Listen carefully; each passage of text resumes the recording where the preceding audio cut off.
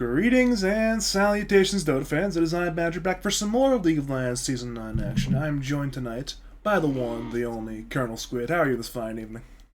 Doing great, Badger. Ready for a grudge match. That's one of those things where these are definitely two teams that are very familiar with each other. Very, Yes. very familiar. You can just look at the team names. Yep. Because the Stupidnoob versus Cut team. Yeah. It's a team that I'm sure they both wanted the series, but also really didn't want to have this exact matchup, and well, they got this exact matchup anyways. I don't know. I think if I'm them, I definitely want to play each other. Maybe they want each other to do. This is lower bracket, right? This is a lower bracket elimination best of 3 winner. Goes on to top 8. Loser goes home. If I had a grudge match with a friendly team, I'm sure I would want to be the ones to eliminate them. Maybe they're a little bit upset that it happened so soon. I mean, it'd be great if... I'm sure they would have preferred if this was the grand finals matchup, but you'll take it, I'm sure. On the flip side, though, you lose that series. You're gonna have it held over your head. That one is going to be constantly on your conscience, like, oh god, we lost this team, and I'm sure it's a very familiar feeling for the two of us. So I mean, it's not a good feeling. Okay, them's the break sometimes. Better two for you. So, which one of these teams is favored? They're in the same group, right? I think. Stupidnoob had more points in the regular season, but I don't remember what their actual results were against each other. Only by 2 matches, so not like it's staggering differential in groups. I mean, it's still like... I mean more in their head-to-head. Yeah, I know. I'm just saying, like, even though Ka is a Stupidnoob did better as a team in the groups, it wasn't, like, that big of a difference. Alright, so they played in the regular season. It went 1-1. And it went 1 in 2 games that went 48 and 46 minutes. So, I actually remember this game. We might be here a while. No, this actually wasn't the game. I think that was a different series where Ja wasn't there for game 1. You know what's funny? I was actually kind of preparing to go to bed before the series, and then it's like, hey, the card is like, hey, I'm not feeling too good. I can't cast tonight's series. I said something along the lines of like, please, somebody else take this series, and nobody else took this series. And now I took the series. I think DK's casting it, but I believe he's doing way more of a couch cast. Yeah, I believe there's going to be there to do a little bit of analysis and a little bit of shit talking. You know, it's going to be the. I don't know about a little bit of shit talking. Okay, I should say more a moderate degree of shit talking. Dude, we were Given in that's the being conservative. You missed it in the lobby because you got there last minute, but there was some banter in the text chat between Double King, Brightside, and Ka. There was some, and I quote, bull cuts insults going around. I see. Which, considering who it's directed at, who most certainly does not have a bull cuts, it was certainly an interesting insult. That's very funny. Wow, the Storm Spear picked right at like 6-7 when both Rice Boy and Fatal are big Storm players. So Fatal deciding to take up the Storm before Rice Boy had a chance to snag it, and now they are banning every other Rice Bro hero, with Puck and Ember being banned out, and I assume if the pattern continues, they'll ban another hero like Quap, or maybe Invoker, or maybe TA. But how bad is a Tiny into Storm matchup for Tiny? It's not bad. The Storm can definitely bully you a little bit if you're not very deliberate with when you trade, making sure you pull aggro and only trade with trees and use your avatars to shove wave. I mean, like, you can definitely play around it. So like, it's one of those things. I've been watching a good bit of South American Dota, and they're big fans of tiny mid down there, and I'm actually a big fan of South American meta in general. So I think it's actually pretty good. I know Dark Mago of Thunder Awakened loves that hero mid. So Yeah. I mean, maybe if Stupidnoob have been watching those games, say, hey, maybe we'll go tiny mid. That's one thing. Yeah, We've been seeing some tiny offlane as well in NA, so it wouldn't be unheard of to see tiny get swap off carry. yeah, I think this is almost. I don't know. I think Rice Boy is definitely confident in Tiny. I don't know about exactly how comfortable he is. I don't think it's in his like top comfort picks, but I mean, I think his top 3 comfort picks have been picked and banned already. With maybe not so much Puck, but especially Storm and Ember. But I could see this being a Tiny myth.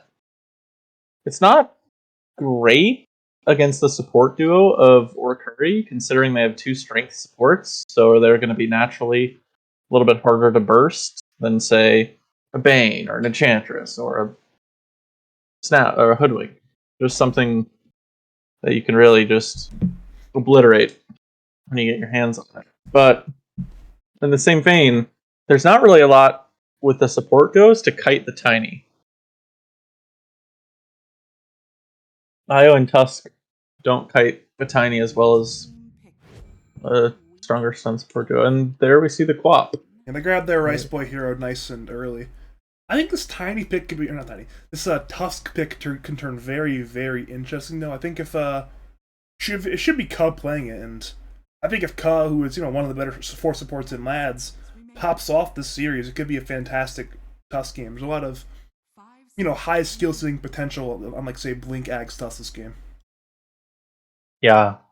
I wouldn't even mind if they made this Tusk a core position and picked up a really strong stunning 4. I mean, they could also pick up a strong stunning 3, but I think they could take another strong laner with this Tusk, and they can really bully the Tiny in the safe lane. Because I'm assuming this Tiny is committed to safe lane. I could see them making it 4 and then picking a different carry, but I don't know. Tiny is such a strong carry. It almost feels like a waste to put him 4. But we'll get some more information at their next pick. Let's see here. I'm trying to remember. Balenciaga Prada. That is that Noah? What? Yes. Yes. Okay. I know some of the odd name changes. It's hard to tell sometimes. Yeah, Saint Jerome is Fatal. I knew that one though. Balenciaga Prada. Because I think Fatal's actually tagged up properly in like once we're going to see right when we go into the actual game, it'll tag up as Fatalist. Yeah. But it'll stay as Balenciaga Prada. I remember this problem's happened before. I've casted this team's games. It's like, all right, and it's Noah. I do like this Veno pick. I was asking for another strong laner with the Tusk, and Veno is definitely a strong laner with the Tusk, and B allows them a lot more kite potential of the Tiny in fights, which they were definitely lacking with their support duo. This is most likely a Smack Monkey King, although I think they picked the Monkey King keeping it in mind that if it was a really good pause 1 Monkey King game, they could make the Monkey King pause 1 in the Tiny 4, but I think seeing the Veno Tusk lane, I don't really think Monkey King fares that much better than a Tiny does, and I think you'd rather have a Tiny pause 1, because, I mean, Tiny pause 1 is absolutely just unfair when it comes to taking buildings, and you can 100-0 a Storm Speaker, which is always going to be a threat. And they take a DK. That is one tanky offlaner. There's actually some very good building push between this Tiny and DK if that's their 1-3 combination. Chicken Revenge, or that's just fantastic building push. Yeah, and it gives them this like nice stun and a way to start fights, because none of their heroes before this DK really wanted to be the first one to go in fights. I mean, you kind of can on Quap, you kind of can on Monkey King, but it feels a lot better as a DK to sort of go in, start with a blink stun, and get some of these more elusive heroes, like the Storm Spirit, maybe get it on the Tusk before he has a chance to snowball. And an Ursa pick. Ursa's probably one of the heroes that's best against Tiny, just because you have a way to actually man-fight him, which very few carries can. But outside of your enrage, it can be a little bit tricky to actually get on top of a tiny because you have to be in melee range, and they don't have a lot of stuns on the Dire to stop the tiny from just clicking you. They do have a good bit of like soft CC to work with though. Like if they're kiting on a tiny with the Venomous Gale, with the Poison Sting, with the Ice Shards, with say Overload hits, then you throw in the Ursa Earth Shocks, and that might just be enough slow to keep Tiny as a hittable hero. Yeah. I think if I'm looking at this game from Dire, I don't really see how you play the game without an Orchid on Storm. Because if Storm just goes like a Kaya Sanj BKB type build, how do you ever kill this Quap? Like, you really don't have a way to kill the Quap. And they're actually having Brightside play the Tusk and Ka play the IO. I believe Ka is much more of an IO player than he is a Tusk player, and vice versa for Brightside. So I think they probably will lane it with Brightside going with the Veno and Ka going with T. But they just decided to hero swap based on comfort levels. Here we go again. If you are just joining us, welcome to game number 1 of Ka is a Stupidnoob in the Radiance, taking on Or Curry on the Dire. Yes, it is a grudge match. Yes, it is an elimination best of 3. And yes, you're joined by Badger and the one and only nearly AK ColonelSquid. I'm just curious, how close you are you to AK actually? Not that far. I'm 300 on it. Hoping to be closer by now, to be honest, but what can you do? I haven't played a lot of ranked recently. I think I've played like 5 ranked games in the last 5 days. Or last 3 days. I don't know. That's a lot of games. That's 5 ranked games in 3 days is a lot for me, man. I play about 5 ranked games in 3 months. I'm not a real ranked gamer. If you think about it, I'll be immortal in about 3 years at this rate. Yeah. I can't wait for you to get my pubs. Oh god, I hope I'm not in your pubs then. Yeah. But what can you do? Dire 5-man smoke. They've gotten an observer ward up here in the high ground. This is fantastic vision, actually. I don't believe Radiant are aware of this. Yeah, caught a clip of Brightside. That's why him and Baker are back. Yeah. I didn't check his vision, but I thought he might be in range, and based on the way that he's completely backed off to his tier 2, I feel like he definitely saw something. They also have this nice ward, so I think he probably caught a glimpse of the Tusk, and then this ward saw the rest of the team. It's one of those things where it's the little things in Dota, because I think their smoke just ended before that. Maybe if the smoke's a little bit longer, they would have gotten that very important kill on Tiny instead. They'll fight the runes, but actually Dire end up getting 3 runes. Ka snagged in front of Garda and Rice Boy, so apparently the ball player just out-clicking. They actually get all 4. Wait. Whoa, you're right. They do get all 4 runes. That is more runes than one would expect. They may take some damage on Tusk bottom. Smack is set up there on the Monkey King. Possibly for a first blood attempt, but... They're going to go on Veno. Veno's really, really weak. Level 1. Especially when he went this Poison Sting. Here we go. Yeah, Veno is stunned, Veno is slowed, Veno is damaged, and Veno is now dead. First blood drawn by Ja. This is a really nice play from them. Monkey King, his Primal Spring level 1 is really, really strong. It's at 140 damage nuke. And we have this hero like Venge to set it up. And when you have the sustainable offlaner, although Garda almost got punished for it, and he one more hit in the Ursa, and they will not find it. Ka tries to dive. He's not dead, but that'd be very close to dead. Smack might go in for the kill. Primal Spring will hit. One more hit, and that's 2 kills now. And a right crow. Off the bats. Courier. It's dead with Regen on it as well. It's a Sentry Ward in the set of Tangos. That's a Fairy Fire. That's... Smack tricks on Monkey King. He is popping off right now. Set up first blood. Got the second blood and a courier kill. He's off the one fantastic start there. And a really rough start for returning. It's gone really, really badly everywhere, which is not good. They had a fantastic rune start, but ever since then it's been real bad. And all downhill from there, although Ja... He has a 2-man avalanche, though. He'll walk away. Brightside and Noah are running. and they will claim the kill there on Ja. They're hitting Baker. Baker will easily survive, but I'm sure Dire found that. They got the one kill that mattered. They got the Ja Tiny quit, and that's what matters there. Yeah. Now that Veno's gotten some levels, and it's actually a 2v2 instead of him being at a numbers disadvantage, the amount of harass that Veno can put out on a melee hero with enough regen capabilities is really just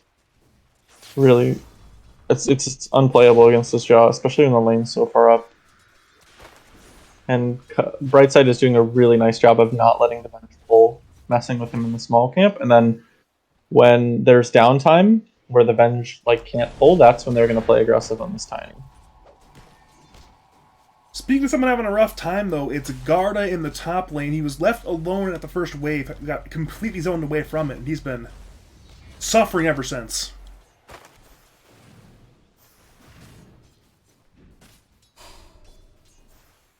We've not looked at the mid lane, though. It's Quap Storm. Seems like a relatively good lane for both sides. Seems like a relatively even lane. Am I in the right area? I would say yes, with how Riceboy is skill building. So he is not putting a second point into Dagger. He is just playing to trade farm and attempt to match the Storm in terms of farm capability. Because when you're playing the co-op, there's always two schools of thought where you max your or put a few points into your Shadow Strike and try to win the lane based on harass, or max your Scream of Pain and then try to win the lane based on just forcing your enemy out of lane.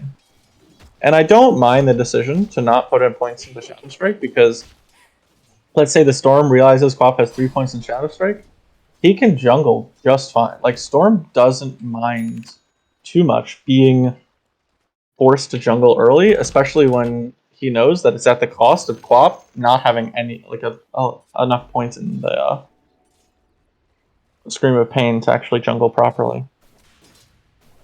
Yeah, Garda is not having a fun time. He is definitely the biggest loser of lanes. Like, Garda and Ja too is rough out here for them. I mean, Ja is at least getting some farm, but he's not farming that well. He might just die again bottom lane. Here we go. It is the Gale. Right side is stunned, but in comes the Tusk Snowball will stun. And actually, Ja gets denied by Baker. A fantastic deny, but the result is the same. Over to mid lane, meanwhile, Riceboy is being gone on by Fatal, but in comes Smack Tricks. Riceboy blinks away. Fatal tries to turn to Quap, hitting with the overload strikes, but Smack is still running down the storm. Jingu will get popped in one more hit, but now the IoT being Smack will back. So no carnage mid lane, bit of damage to both sides, but instead it's only bottom lane with the Tiny being denied. Yeah, although Tiny did get denied, it's still really big for the side of the Dire that they get the Veno some earned trophies. Although, speaking of Veno, might just be dead. One more from Tiny. Yep, he'll tree toss into the kill there on the Venomancer. So it's a lot of action if nothing else this game. Surprisingly, only 4 kills, but certainly a lot of action.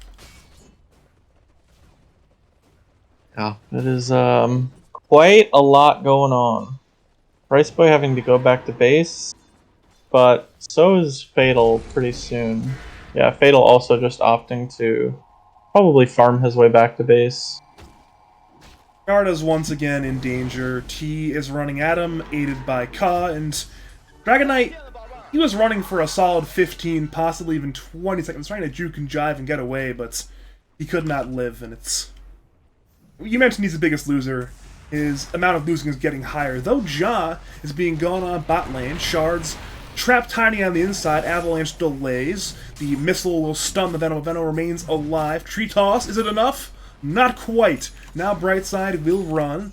So both teams take an immense amount of damage, though Veno has a salve, and... Well, guys, Ja didn't have a salve, but Baker did, so problem solved for Ja.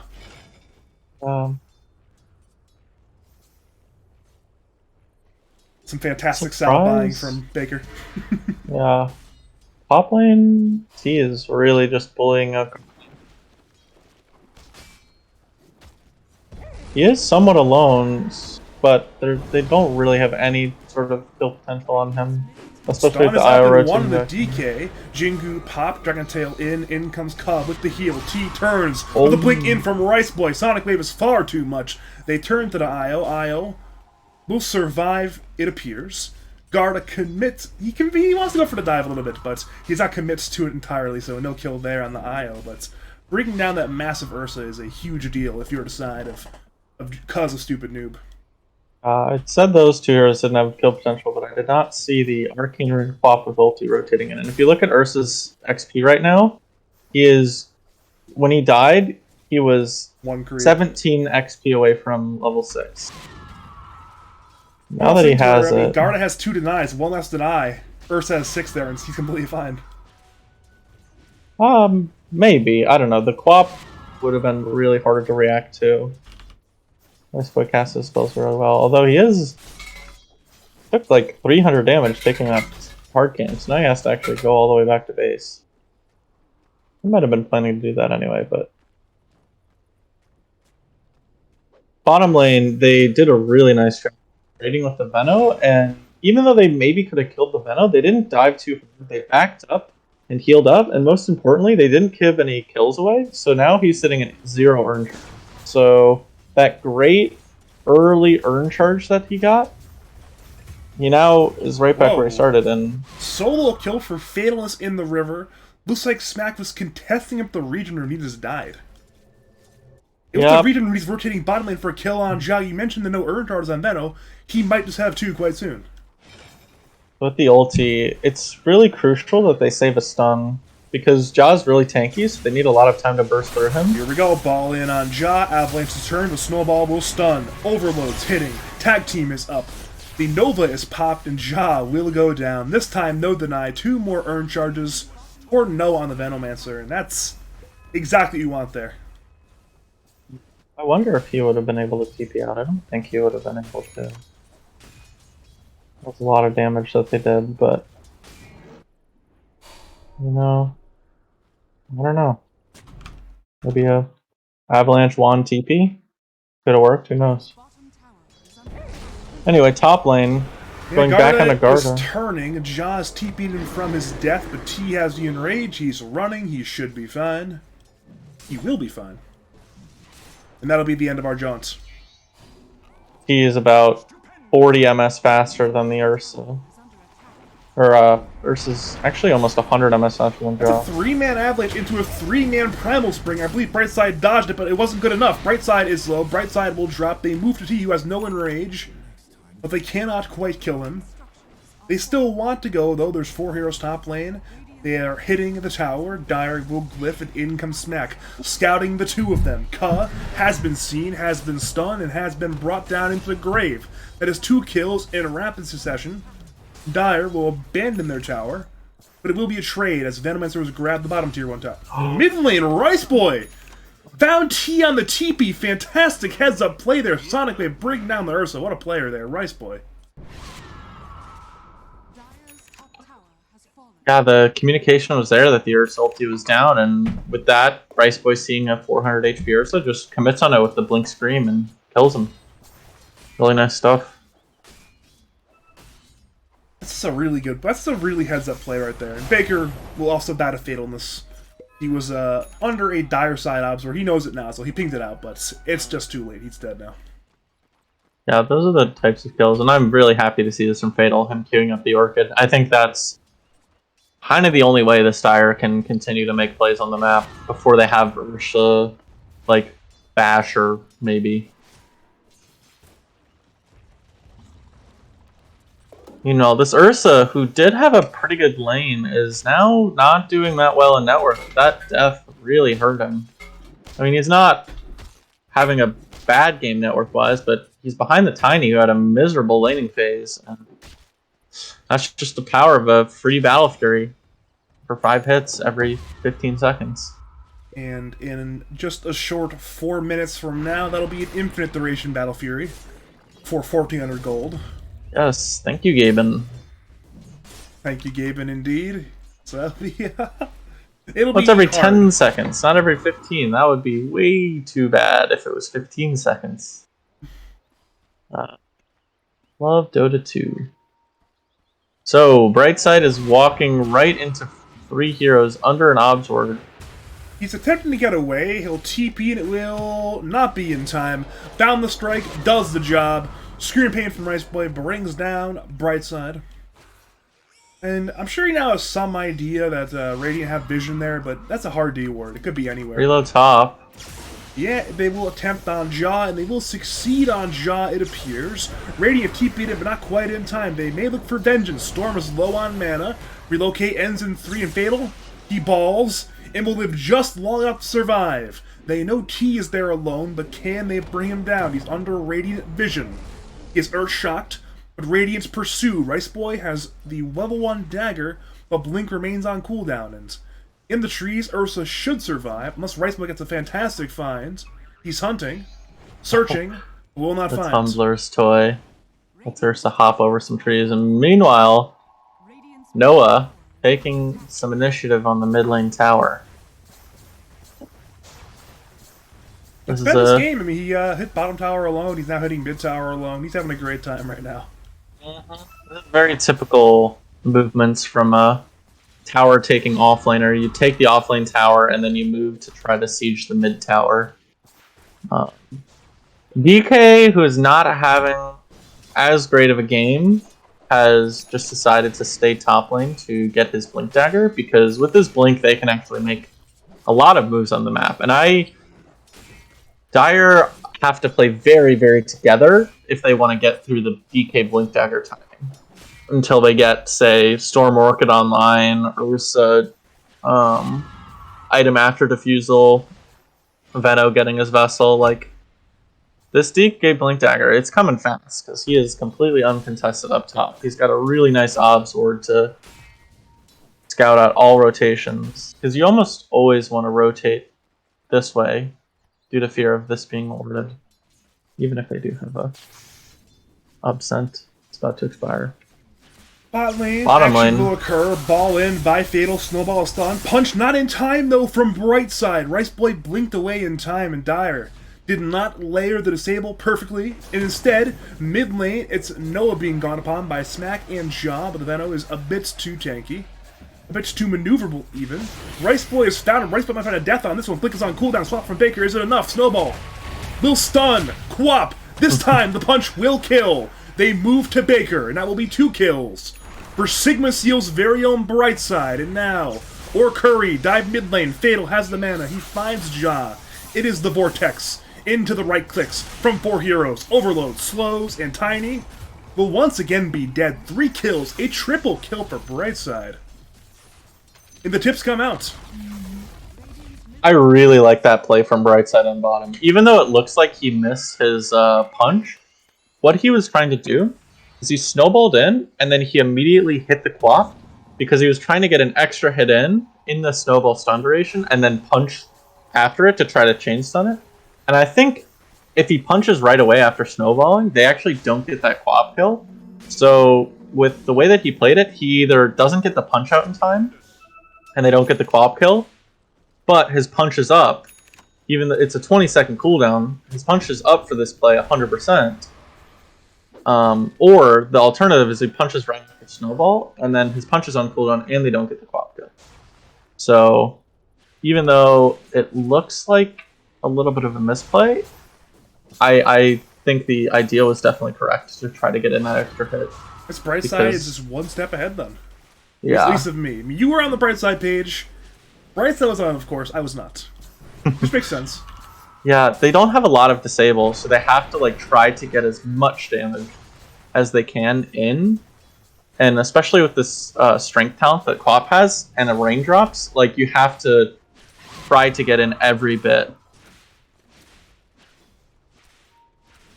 We might see some kind of play, actually. Radiance, they're almost grouped like they want to smoke. They have this DK blink. It's relatively fresh. And Baker has the smoke. So here we go. Maybe a 3-man smoke play. Here it'll be the Quap, the DK, and the Venge. Headed mid lane, they see Veno, blink, Dragon Tail, Scream, Magic Missile. Cover relocates. Is it in time? Yes, it is! Sonic Wave is botched. Veno is fine. He'll be back in 6 seconds, but the entirety of his team will be nearby him. Radiance, They will sulk away. They must back off. They have failed their gank. I don't know if he... That's a hard play, because... Oh! Now Fatal's found Riceboy. Riceboy is Blink in 2, but it will not matter. He cannot live for 2. Another huge solo kill from Fatalness. And he's been having both a quiet but an amazing game so far. Yeah. That really hurts his co-op to go this Orchid and not only miss your kill attempt with your Orchid reveal and your first ulti with Orchid, but then to immediately die afterwards with no compensation. And not only that, you also lose Roche. This is... Riceboy was having a really, like, a much nicer game than he maybe should have been having, with some really nice rotations. But now his game is really, really rough, being lower than all 3 cores on the dimer. Only better than his Treads Blink DK. But Dota finds a way of working itself out sometimes, you know? Finds a way of working out. Speaking of Riceboy, he's back from the grave, going top lane on TT. Will be silenced by the Orchid. He has teammates nearby, but not close enough. He's juking in the trees, and now it's a ball in from Fatal. Once again on Riceboy. Vortex to follow. T still is being gone on. Dragon Table stun to Ursa as Quap goes down to Fatal. Back to T. He enrages. He's still alive. Now Tusk is stunned. Ursa is running. Ursa is dead. Back over to Venge. He runs with Pig Pole. Back to Storm. He's low mana, but he wants a kill on Garda. Vortex will bring him on in as Baker dies to Noah on the south side of the fight. Back to the north side. It's Smack trying to Primal Spring away. He's in the trees again, but Fatal wants to hunt the ball. It's not long enough. No way that's worth it. And Smack gets away. But overall, the trade heavily in favor once again of the side of Curry. It was a 3-for-1 trade. Sure, they lost their carry, but it was for a T1 tower and 3 kills. Did Brightside dead too? Or no, he did not. He just TP bottom. And Jaw, sensing something is up, TP is made. She was correct. There was a Tusk hunting. Tusk already has a Blink Dagger at 19 minutes. Yeah, Brightside's been playing the bottom lane all game, just farming, and his farm is... Oh man. Quap's game was so good, and now he bridged a like 15-16 minute Orchid, and he's now probably going to have a 25-minute BKB. That's bad. And the Ogre stunning him to add insult to injury. It's so much damage. It's like an unnecessary amount of damage. It's 200 plus 8% of your current HP. I love how it's like it's random too. It's not like it's guaranteed after X number hits. No, it's random, so you never know. Yeah. It says the animation is very long. Yeah, it's a very subtle animation. But you really got to be listening for it. Brightside being a little bit of a peeping Tom in the mid lane. Meanwhile, though, it's a long ball looking for Ja. They find him in the top lane with 3 thanks to relocate, and that will be another death on Ja. Back to Brightside, as you were mentioning. He's still hunting mid lane. He sees Venge, he sees DK, and now him and Noah will work on the Venge. Walrus Punch was disjointed. Actually, the animation was cancelled by the stun of Venge, but it did not matter. Baker goes down now. Snowball dots down the strike. They move to the DK. What a fantastic snowball! And now Orchid is there on Smack. Vortex in. Smack is out. 4 for 0 across the map, and Curry. That is just good macro move top lane with relocate. Fantastic individual playmaking mid lane once again from Brightside. And this is Curry. They are owning right now. Yeah, Brightside actually could not have played that better. He doesn't use the punch on the Venge because he knows the Venge is dead, and then uses the snowball to both dodge the Monkey King Balance Strike, bring him and the Veno out towards the outer edge of the Wukongs, and stun the DK that was TPing. All with one snowball. Like, that was such a good snowball. Mr. Brightside, just the next level player. I mean, he's been having a lot of really good plays this game. His farm is good. I mentioned it in the draft. Is good Tusk game... I mean, I thought Kyle was playing it, but I mentioned that good Tusk play could really be the big difference maker of this game. And so far, Brightside has been the big difference maker of this game. Yeah, and the thing that's probably most shocking to me is Noah. Like, Noah, his game was, like, fine at 10 minutes, and he had, like, brown boots earn. And now it's 22 minutes, and he has treads, hood, vessel, and a halberd coming on the crow in one creep camp. Or one or two creep camps. Like, it is crazy how he is top net worth over an Ursa, over a Tiny. Like, Tiny, Ursa, Storm, all of these heroes can hit creeps very, very quickly compared to a Veno, but he's just been playing like such a wide area that it doesn't matter if he takes creeps slower. I mean, the entire, like, this entire part of the map is just his. He can take every creep camp in here, he can take all of these, and then he gets every single mid-wave coming in. And it's really hard for these Radiant heroes to press into him because DK is really the only one they want to start fights with, and it's really hard to blink into a Veno with all of his wards set up. And now they just sit behind Veno bottom. They're sitting behind him bottom, and this T2 tower, I mean, it's dying very, very slowly, but that's all. I mean, if it dies at this rate, eventually it'll go down. If Radiant's... I mean, Radiant can't really stop it. Yeah. And I am usually not a fan of Eternal Shroud because I think it can kind of bait people if you go it too early, but I think he's going it at the right time because up to this point, he was building items to just keep him more survivable.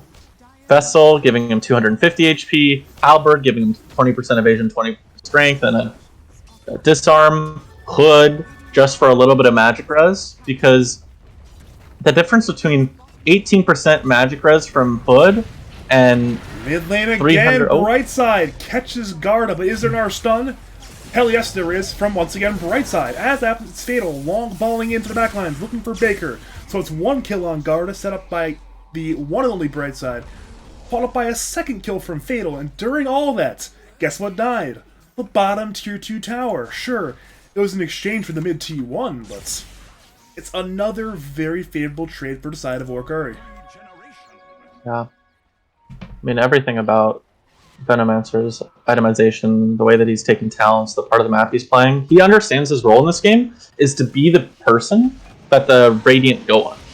That's why he's built all of these items. He's gone the strength talent, and then or the HP talent, and he's gone the spell lifesteal and is picking up an Eternal Shroud because he believes he's tanky enough to get an ulti off. And an Eternal Shroud Veno that got ulti on multiple heroes is so difficult to kill. Especially with the spell lifesteal talent. He's just taking back 32% of the damage that he's dealing, which is quite a bit. Veno ult on 3 heroes and you're healing almost like 100 HP per second. Like, it's Lesh levels of healing. It's obviously not here like Lesh you can necessarily use it as perfectly, but it's still, this game, a fantastic time to have it. And well, there is one good news though for the side of Cut is a stupid noob. Look who's #1 net worth. It's Mr. Battle Fury.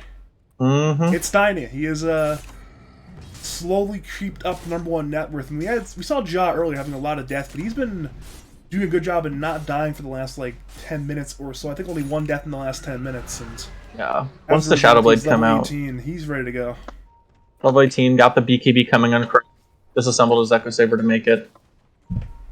Yeah, this Shadowblade has really been nice for him to not have too many deaths. Able to push out waves a lot deeper than he usually would be able to.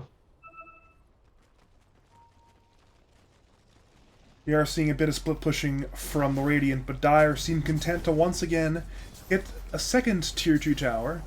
It is Veno, the siege unit mid lane, but if Tiny can catch him, never mind, no he will not. Instead he's Gale. He'll BKB swapped by Baker. Instead Tiny Regate is looking for the Ursa. Ursa will BKB. Silence comes in on Cobb, ball from Fatal. Suddenly comes in on one, but Ursa is still alive. Snowball will stun on Snack over to the Tiny. He is trying to hit Storm Spirit. Storm Spirit is low on mana, but he's still alive as well. Somehow everyone's alive. But the T2 tower mid lane, not so lucky. How did nobody die there? I mean, it was just... That was the... I think that was 4 9-second BKBs. Yep, Storm's 9-second BKB, Ursa's 9-second BKB, Riceboy's 9-second BKB, and God's 9-second BKB. Were all used in that fight.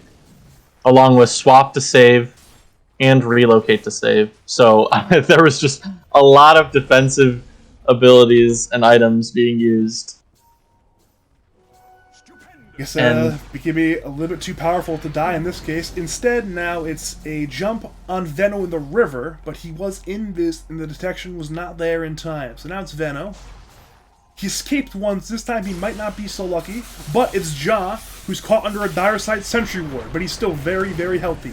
He's disarmed, but his team has arrived. Brightside is low, but he blinks away in time, and now Dire. They're beginning to crumble. Brightside will snowball, trying to move around Fatal in the fight, and Fatal will ball away for now. Baker is the first casualty, but it's Fatal being run at by Garda. Garda wants the kill. Dragon Tail is in, but he has no follow-up damage. T will run him down. Back over to Ja. He brings down Brightside. Back to Garda. T brings him down. Back to the Radiant Tri-Camp. It's Riceboy and Ja trying to stand their ground, but it seems like Dire have gotten the second return on the game quite easily. The going in with, like, in that fight, nobody had BKBs. Everybody's was still in cooldown, and so Storm got orchided, Pop got orchided, Ursa got stunned by the Venge, and Tiny got disarmed. So all 4 cores, since they had all 4 had the same BKB timings, they were all on cooldown, and all of them couldn't do anything in the fight because of their BKB and cooldown. So it ends up with only casualties after like 15 seconds of fighting, where Ursa gets separated, Brightside gets separated, and the Venge gets separated. Or the Venge just gets bursted. Well, top lane, they want Ja again, and his BKB is on cooldown, but not for long enough, it appears. Snowball will stun BKB, is actually not popped in time.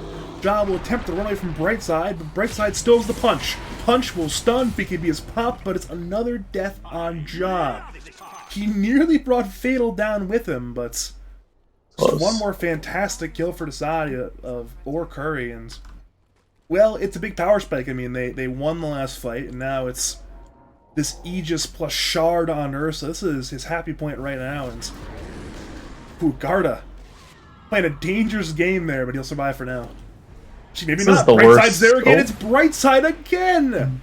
Smack is stunned, and I'm not sure how Smack makes it out this time. He'll boundless strike Ursa, but there's far too many dire heroes in his vicinity. One more death on Smack. This is the game that feels the worst on QoP, where there's no ways to like necessarily lock you down, like no great ways to lock you down, but you just don't threaten anyone.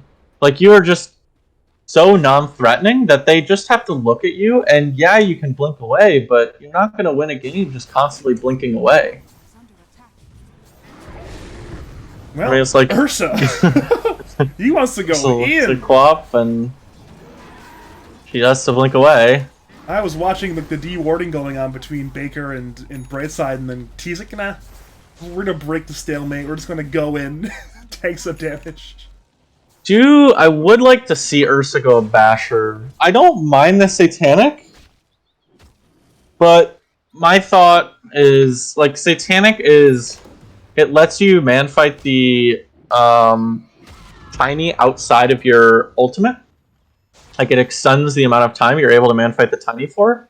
Like, let's say you use BKB and Satanic for 5-6 seconds of fighting, and then your ulti for another 5.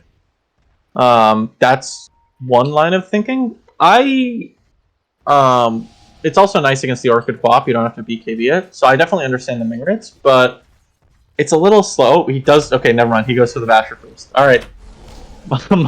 my criticism is completely taken back. It's completely null and void now. It's like, alright, yeah. Like, you know what? Casual Morbid Mask is fine. We can get Satanic later. I got Basher now. I'm ready to run at these BKB heroes, and yeah. Well, no. It gets harder now. The game is getting harder and harder for Radiance. Obviously, the game's not over yet, but the game state is...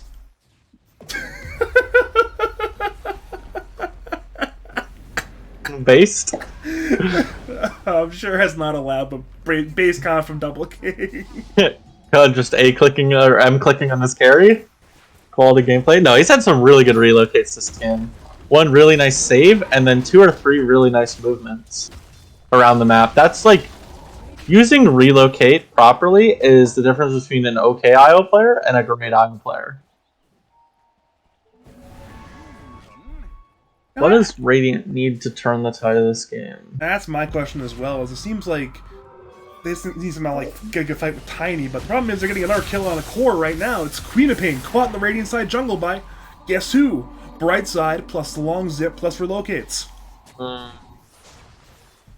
Yeah. So to explain why I like the Basher over just Satanic is because they both allow you to fight the Tiny outside of your enraged, but the Basher also lets you kill every other hero quicker, especially it's nice lockdown for the co-op. It's cheaper, so it's like it gets you to that point a lot faster, and they want to go now with this Aegis still. And he wouldn't have Satanic right now, but he is Basher. Well, it's a low T3 tower. It's not quite dead yet, but Radiant's defenders aren't necessarily healthy, so T3 dead. Looks like melees will fall as well. Garda's delaying it though with that breathe fire damage reduction. That's the difference between the Radiant and the Dire. The Radiant has very... It's hard to poke. Well, Fatal does a little bit of poke. He goes in, balls out. They swap in T. That will be 1 life lost, but he has 1 more remaining. Nova Kim's, I believe, hitting on 2, and now T has BKB. He pops it. In Rage as well. He's on the run, but his team secured the melee racks during his distraction, so Curry got what they were going for. It was that middle melee barracks. Now lines are trying to get outside lanes. This makes sense, but look at Brightside. He's ignoring the lines. He wants to play Dota 2 with Fatal still. It's a fine line. Oh, and this... I don't mind this at all from Veno. Deciding that he doesn't even need the spell lifesteal. He wants to go Shiva's so that his teammates are more tanky. Yeah, no one needs to get out. The smoke was spotted by Brightside, but it seems like, I'm not sure if he didn't recognize it or what, but he has been caught in the jungle, but he's pretty tanky. The force comes in from Brightside, in comes Relocate, they're trying to save their Venomancer. Fatal is nearby, has full mana, and they will focus on the DK. Ursa is hitting him, but he's stunned by the DK once again. As that happens, Storm balls in for Quap.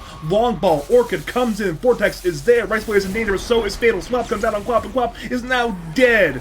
He'll snowball in, looking for Ja. It'll hit. He'll drop as well, and now they move for a 3rd core kill. It's Garda. He's brought away a 2nd kill them, but it will not matter. 3 kills for Fatalness. Baker. He tries to stun, but that is his last breath. It is another favorable exchange. 4 for 0, and that in favor of Curry. The buybacks come out, but it's only 2 buybacks. 1 from Venge, 1 from DK. Tiny still has his, but notably, Riceboy does not have his on Queen of Pain, so these top racks, they're likely forfeits. This is why the build from Brightside going in. He finds Baker, who's on buyback cooldown, and they find Smacktrix as well in the trees! Fatalness! It's a disaster. Smack is bought back, but it's a 3v5 defense. Wukong's, the Tiny, they want the Veno. He's tossed up in the air, but he's still half HP. Halberd will delay Ja's offense. He'll BKB now, but Brightside has another snowball. He'll punch Ja, delaying the onslaught, and Veno actually gets away, and now it's Fatal. Going on to Ja, whose BKB is over. Garda brought down Noah. With a dieback on Tiny, the game is futile and Radiant know it. The GG's called, and Curry take a 1-game lead. Deny him, deny him, deny him! Oh, T could have denied Brightside. Could have, but did not. Fatal. I think both Brightside and Noah are the standouts for me this game. I mean, Fatal had an amazing Storm game, but I think the build and plays of both Brightside and Noah made it very, very simple for the Storm to play. I mean, it felt like sort of plays just like were opened by the teammates for Storm, and he took full advantage of them. So I think that yes, Fatal played an excellent game, but I think that it would have been much harder for him to have such a good game if he wasn't enabled by both Noah and Brightside. I mean, you saw in that fight in the Radiant Jungle, they used both Tiny and Quap BKBs and Wukongs and Venstun and Swap, and they got the Veno to maybe 1/3 HP. I mean, the build was just spectacular. Taking the health talent, taking the spell lifesteal talent, going Shoes, going Hood, going Heaven's Halberd, going Vessel. Like, it all just... It made him such an undesirable first target. And we saw that, yeah, Brightside saw that smoke, but Noah was almost like, yeah, okay, and? Apparently he was like, you know what? They can smoke on me as 5. I just don't care. It turns out Yeah. he was right to not care. He's just too tanky. Yeah. And let's say he even dies there. Like, it's so not worth it to use both your core BKBs, use your Wukong's command, and your swap, and you get Veno ulted in the process, and then you now have to fight an Ursa in a storm. Like, it's just really, really nice play from Curry to secure the W for game 1. I just think in general they had a very good understanding of the game. I mean, you saw good individual play, but a lot of good macro play between the long balls from Storm, relocates from Ka. Like, it just seems like they really execute on their draft very well, and that's, I mean, if nothing else, it's always a good thing. It really felt like all 5 people understood how the 5 heroes they picked worked well together and executed it properly. Because it wasn't like the Radiant did much better in lanes than I thought they were going to do. Like, the DK, for how bad his lane was, like, he had a 14-minute blink. I mean, it's not exactly the fastest blink you've ever seen, but like, they had a 14-minute blink on DK, 16-minute Orchid. Like, they can make plays with those 2 items, but they couldn't get any plays going. I think that Rice Boy had a nice lane, but that one save on the Veno in mid lane into then a double damage Storm Spirit hunting him down and killing him. I mean, that right there, if I'm the Quap, you almost feel like, oh, my game's up. Like, it's really hard for you to come back from that. Apparently we just went, okay. We just went. Apparently we just decided to go with the game. Apparently we didn't select sides. Apparently I think Smack did it manually. Yeah, the thing is, I mean, they asked Fatal didn't like they asked him. Fatal said he didn't care. Apparently, didn't care. I mean, I think he was memeing, but I mean, he just went. Not gonna look that way in the court transcripts. He just went. I asked him what he wanted, and he said he didn't care, so I took it. And I think that if Fatal's gonna respond like that, you totally have the right to just take what you want. I disagree with you on that one, but I guess that's from my experience. Sometimes the players like to meme around, you know. Like, let's just say for fun, right? Let's just say for fun. I was because there's some players out like Sammy Boy or Alone on Infamous that, you know, say some like, or Flea on Simply 2 Base, who give a couple, like, you know, joke responses sometimes in the lobbies. If I decided to go in a pro tournament with that, they would have my job. They would have my fucking job.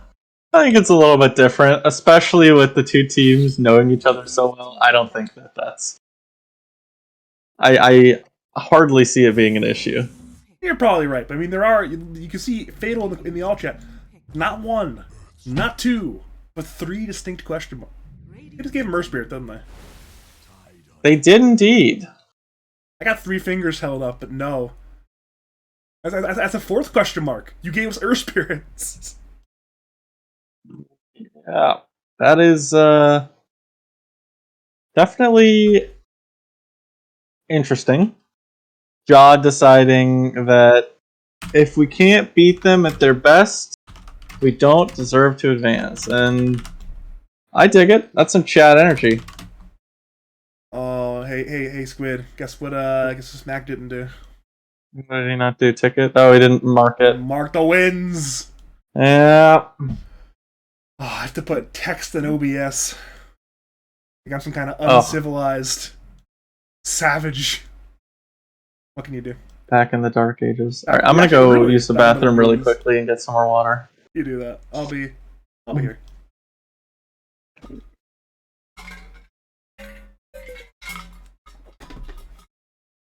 What we do have on our hands, though, is a Tide Omni opener. 10 seconds remaining. Likely not the lane combo. Could be, but probably won't be. I'm putting odds on it being a probably Omni 5 rather than the Omni 4. Curious to see exactly. I mean, hypothetically, the right pick here for Orc Curry would be their 5, given they know it's probably going to be a Tide matchup they're playing into. It will mean they will have their 4+5 support duo selected in the first phase, which I know some teams don't like to do philosophically, but they know the lane matchup. Alternatively, they can just grab some like purging hero, but Ench is banned. Ench should probably be the obvious option. Ench is banned right now.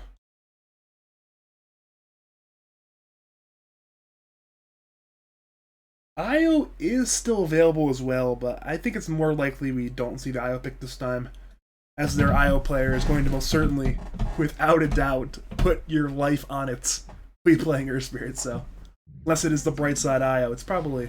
Yeah, it'll be the Grimstroke instead. So you know what, we know the matchup. It's a Tide in lane. So we might as well pick a hero either deals with Tide in the lane or deals with Tide later in the game. Grimstroke, he's an alright lane to Tide, but what matters more importantly is the interaction between Grimstroke and Tide in the team fights. See, Tide has this really handy ability called Kraken Shell, which purges off like 90-something% disable in this game. What it doesn't purge off is Phantom's Embrace. So if Grimstroke can get that, that three hits to kill Phantom's Embrace on Tide in the team fights, can't purge that off, suddenly you expect to get a Ravage off, instead you might just be silenced, and the fight can turn heavily because of that one thing alone. Also very good against most of Rice Boy's hero pool, because let's say he's on, I know it's banned, but let's say he's on his Storm, his Ember, his Puck, his Qual, and they go on him and he's got his Omni behind him. Even if he gets Heavenly Grace, he still can't use any spells right away. He's still got the, presumably, Phantom's Embrace on him, so it's not as much of a save in that sort of sense as you'd like it to be. So that's the problem. It stops Kraken Shell, it stops Heavenly Grace. Usually, like, I played games, right? I played Omni with a Tide. And Tide's nigh invincible in most of those games because, Heavenly Grace plus Kraken Shell is a nearly unbeatable combo. There's one ability, maybe two abilities actually, that can beat both those abilities, and that's Phantom Embrace. Maybe Doom. Maybe Doom can Doom beat does it. that as well. But Doom also, it's literally Doom. It beats most things. Yes, that is the end all BL spell of destruction. Actually, this is such a good Grim. I love this Grimstroke pick. I feel like Brightside. Yeah. Brightside, I'm not sure if he has found like spiritual Zen or he's taken some Adderall or something, but he is really in the draft and the game just on point tonight. He's having a great night. Gregory is having a great night right now. Good job, Greg. Good job, Greg. So, funny enough, another spell that kind of counters both of those two is Viper. Because, I don't know if you know this, but if you are broken while you have Heavenly Grace on you, you don't actually get the strength. I did not know that. Yeah. Quite an interesting interaction, which I just recently today played an Omni versus Viper lane, and it felt nice to have a purge against the stacks, but I was playing with with my carry, and we would go on this Viper, he'd put down an Hitbox, and we'd both lose like 400 HP. Because we just didn't have any of the strength that it gave us. I just learned that today. That's what you get for not picking Abaddon instead. Come on now. I see. Oh my god. We have a back-to-back Tusk game, though. But this time it will be flipping the sides. It'll be for the Ka is Stupidnoob side. rather than the Orkuri side. Orkuri say, you know what, you want some big, strengthy, beefy hero with stuns. We'll grab one of those in Kunkka. And we'll also grab the Razors. This is it is a hard game to play Dota 2 right now if you're Radiant, I think. I feel like both this Kunkka and Razor can be played in all three lanes. I agree. And the mid pool has been absolutely ravaged. There's been 4 mid hero banned on both teams. 5 if you count the Mars as a mid hero. I mean, it is a lot of hate for these spirits, you know, your usual spirits, Invoker, and Ja picking up the TB. I will say, it is a very nice TB game, except for one thing. What would that be? I mean, Grimstroke Ags. 10 seconds remaining. I mean, oh my gosh. The Dark As I'm Orchard looking at this Illusion. game, this is actually the most S-tier Grimstroke game I've seen in a long time. Both Omni and Tide can't purge off your Phantom's Embrace. Tusk can't snowball save somebody if you preemptively snowball or preemptively soulbind them, because if Tusk tries to blink in to snowball save them, he'll immediately get leashed to them and won't be able to do anything. And then you can build an Ags and just absolutely destroy a Radiant team with a BKB Terrorblade illusion. Hey, Squid. Hey, Squid. Remember when What's up, Badger? Remember when you went to the bathroom? Yep. I'm gonna do that too. I'll be right back. You're gonna copy me? Okay. Let's see. What bans are they gonna protect this Terrorblade with? The Timbersaw ban is nice. It's a lot of early pure damage that can... And they do have 3 strength heroes, so definitely can see it. They could push a really fast tempo on Dire. Although, I feel like Dire actually really doesn't need much, except for tower push and, like, objective taking. I mean, Razor can kind of do it with his axe, but before that, they don't really threaten too many objectives early. Like, I see how they take fights. They've got really nice team fight with Bo, with Earth Spirits, Magnetize, and all of his spells. They can get pickoffs with Earth Spirit. They can, like, they scale really nicely. Razor's always a really nice, like, anti-carry hero. Grimstroke can get Ags. Like, they really just need... What hero would be really nice for them? Like, some sort of... I know DP's banned, Lesh is banned. They banned DK. I think DK would have been cool for them to pick up. 5 seconds remaining. But I'd like some sort of way to threaten towers early. Maybe they take up... maybe they take up, like, Noah's Beastmaster or something like that. Beastmaster would be cool. Veno is still really good this game. Is really strong against Terrorblade in lane, especially from Earth Spirit. Terrorblade can reflect the Poison Sting back onto you, but, I mean, with how much magic damage you do over time from Poison Sting, you can counteract the armor that TB has. And they go for Doom. So, this is a really nice Doom game. They now will not feel threatened at all. Hey, Badger. Squid, remember when I mentioned that there were probably 2 abilities in the game that beat both Tide and Omni? I said it was Phantom's Embrace and one ability. I do. Remember what ability I said? I do, actually. I actually do remember that. I think they just selected it. I'm not sure. I mean, I feel like Brightside is putting on a master class of drafting right now. This is an unbelievable draft. Like, I'm looking at this, like, trying to say what their last pick needs. And I mean... Needs. Like, yes. The only thing that I could think of that they didn't already have was, like, early game ability to take towers. Which is, like, not the biggest deal because you can supplement that with numbers. Okay. Radiant come to play. It's a pretty good Batrider game. My only worries are Grimstroke. So it's once again on Greg to play well. I mean, he played well last game. If he plays well this game, then Orkuri in a fantastic spot, but he needs to play well again for 2 games in a row. So yeah, I will say that Grimstroke counters all 5 of the Radiant heroes. Which is not really what position you want to be at as a Radiant member when you are all 5 countered by a hero they picked it in. So I will say that I do see some signs of counterplay from the Radiant. I think that this Tide Husk lane is so immensely strong. Like, it is really scary that if they are able to properly play around Gush and tag team, and like just go on the Razor before the Razor can like start on them with a Link plus Inkswell, I think they'll have a really nice time. Yeah, I see all of their lanes going really well on Radiant.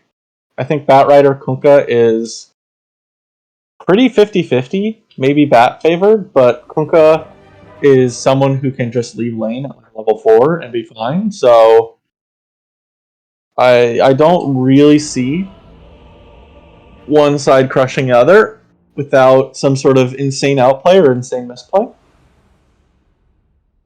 But we shall see. Well, here we go again. If you are just joining us, welcome to game number 2 of Cuz the Stupidnoob and the Radiants, taking on Or Curry on the Dire. Or Curry won game 1, and luckily I have that in nice large white text for you, but then we look at the close out the series 2-0, of course. If you're Radiant, though, if you're a Cuz Stupidnoob, it's back against the wall. You must win this game. You must win both games for the next 2 games, or else your tournament life is over. So it's go time for Ja and company right now. And for the casting desk, it's not only a desk, but still, it's me, Badger, and I am joined by my former captain, ColonelSquid, and hopefully we're in for a good cast here. Yeah, I can see this game going both ways, which I thought last game I did favor the 30 seconds to battle. the Or Curry draft. I thought it was a really nice Venno pick that they didn't really have a nice answer for. And I mean, Brightside just played out of his mind. I think this game, I see it being a lot more even. I think, unlike last game, Radiant are favored in all 3. Really? Yes. But are they? I think this top lane. I like the top lane a lot for Or Curry. I think this Razor is gonna have a fantastic time in that lane. Yeah, I don't know how to... I don't play a lot of side lane Dota, and so I can conceptualize both Static Link plus Inkswell as being a strong spell, and I can also conceptualize Gush plus Tag Team as being a really strong combination that can just like 100-0 someone in a tag team duration. And so I'm not exactly sure how to evaluate them against each other. I just like think of Tag Team as a much scarier spell, as well as Gush as a much scarier spell than the counterparts. So that's why I've evaluated it as Radiant favored. But I could totally be totally underestimating how strong the Static Link plus Inkswell is. We'll find out soon. Do you like Gus and Tag Team? I like Static Link and, I guess, Inkswell in this case. And Static Link will strike first, taking only 11 damage. We know every 11 damage counts. Not sure why Brightside got tipped, but he got tipped. I wasn't watching Brightside. Riceboy's having a... This is never what you want as a Batrider. To get the wave shoved into you is like this. Because you don't really CS that well under tower. You don't have a lot of damage. But seems he's getting quite a few CS, because Kunkka's a little bit afraid to come contest him under tower. Wow, that's not really good CS. Brightside's on an adventure this game. He's been running at Smack for the last, 25 seconds. Trying to run down the wave that had been grabbed from well beyond that Tier 1 tower, all the way on down to beyond the other Tier 1 tower. I think... Oh... So Smack is just not going to play the top lane, huh? He didn't even go tag team level 1. He's just going for stacks for his Batrider. Is he even in time? This seems like super late. What? Yeah, he tried to pull it at 57? Okay. First bird TPing mid. Riceboy's very killable. It is a roll on Batrider. Batrider has Firefly up. He's damaging Fatal with 5 stacks on him. 6 stacks now of Napalm. Fatal will survive. Seems like Riceboy will as well, so a lot of resources expended by both teams, but in the end, nobody dies. Yeah. I think... Garda maybe not happy. Yeah. It is very... this lane, Tide Razor is definitely Razor favored, just like on a one-on-one. But seems that Tide's definitely going the right item build with boots, windlace right away. Movement speed's the name of the game, and he's going to try to body block the small camp, which is really smart. Yeah, he got it away for now, so it's like, alright, we'll keep things blocked. Dire deward it, but you know what? We don't need to deward if it's literally blocked by a body, so problem solved. Over to mid lane, Riceboy is diving. X-Mark will hit. Batrider is brought back, but he's still active with Fireflies. Now 5 stacks. Torrent arrives. Fatal will die. First blood drawn by Riceboy.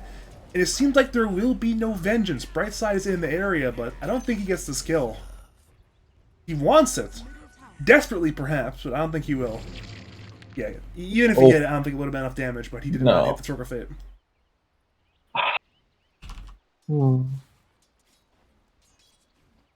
So we found the game Brightside? I mean? Oh, he wants to go in there. But it seems like the gameplay for the side of Cuz the Stupid Noob seems to be in Riceboy we trust. I mean, they're making stacks for Riceboy, they're rotating for Riceboy, and Riceboy so far is... I mean, he got the solo kill mid lane, so he's having a good time. Well, it seems I will not be able to, like, adjust my... what's the word? Like, understandings of the lane dynamics top lane, because Tusk is just not going tag team. Though he is going in on T right now with the Ice Shards. Problem is, it's not quite enough. Just think if you had tag team there. Razor alone, he's just dead. What can you do? But he's not thinking lane, he's thinking bigger picture right now. Yeah, I guess. Riceboy realizing his camp is blocked 5 minutes in the game. But I don't like this skill build from Riceboy. I guess it's a way more farm intensive build, but like I feel like you don't want to try to farm trade against a Kunkka. Like if he had a point in Flame Break, he would have gotten that kill on the Kunkka way easier, and might have even gotten the second one on the rune if he really felt like diving, because the Kunkka walked in a way like this, where if you placed a really nice Flame Break right here, you could have knocked the Kunkka back onto the low ground, and he's pretty dead there if you get him there. Because like the damage scaling on Firefly is really bad. Like none of your damage early is from Firefly. It's all from Napalm. It's one of those things where you should go maybe like a 2-1-1-4 build. Actually, mid lane Lasso comes out, and yep, that will be a very damaged but not quite dead Fatal. With the arrival of Smack, though, Ice Shards bring him on the inside. Boat will give the run buff for Fatal, though, so it'll require a bit more work. Both mid laners are incredibly low. Torrent hits on Tusk. Riceboy remains alive. Ka has rotated in, and Smack will be the first death of the fight. They're pinging out where Riceboy is. The kick will be off the mark, perhaps dodged by Riceboy. Result the same, 1 kill for the side of Or Curry. They claim the Tusk. Somehow both Fatal and Riceboy live, to my shock. So it'll be 1-1 kill score now. Fatal only lived because of a really clutch silence from Brightside. Riceboy was trying to lasso and then immediately get the 5th napalm stack on, but the silence came out, and while you're lassoing someone, you're disarmed, so he couldn't hit the silence. Seems Fatal's dead anyway. Mid lane, they'll finish the job this time. No Brightside to save him. Torrent was perfect, but it still was not enough. That was very close to being a complete outplay by Fatal. But what I was saying is Brightside got in the silence, and Riceboy couldn't hit it. And so he actually, the stacks expired, because the silence duration is 5 seconds. And it's a 7-second duration on Napalm with a cooldown of 3, so there's a 4-second downtime. And he was silenced for that perfect amount of downtime to let the stacks wear out. Well, bot lane, Ka has the will to kill, but he's not getting much help from Noah right now. A little bit of scorched earth damage. But Ka actually still wants to go in this 1v2. Problem is, Smack has arrived, it's a snowball, it's a tag team, it will be a dead Earth Spirit, the roll was blocked. The tag team damage is enough to bring down the Earth Spirit. That is a kill on the board for Ja on the Terror Blade, so it's now 3 kills to 1, and perhaps, mid lane, we saw a Torrent from Fatal on Riceboy, but That is not happening. Hmm. Even with Brightside nearby, it's still not happening. Look at these twin wards. Who placed theirs first? The Dire placed theirs first, so they should, in theory, know that the Radiant one's there, but I don't think they do. This is a big deal, though. Look at these Dire Oh counter stacks. no, They're their all stacks are being being taken. stolen. Garda and Riceplay, I mean, they're there, but Garda actually tanks the gank. And he is a Tidehunter. He will be silenced by the Phantom's Embrace, but he remains 1/3 HP. He still has... Oh no, Brightside. Brightside, poor Brightside. Now it's a 4-man Ravage from Garda. Brightside will attempt to get damage on, and it's a 2-man Stroke of Fate, but not on the Tide. Brightside drops. It will be 1 kill, again for Riceboy, so now 3 kills on Batrider, and we Dire, they're there, but instead bot lane, Noah's being run at by 2. It's Omni and Ja with the active meta trying to get Doom, but Doom is just too fast. So it's a lot of action right now.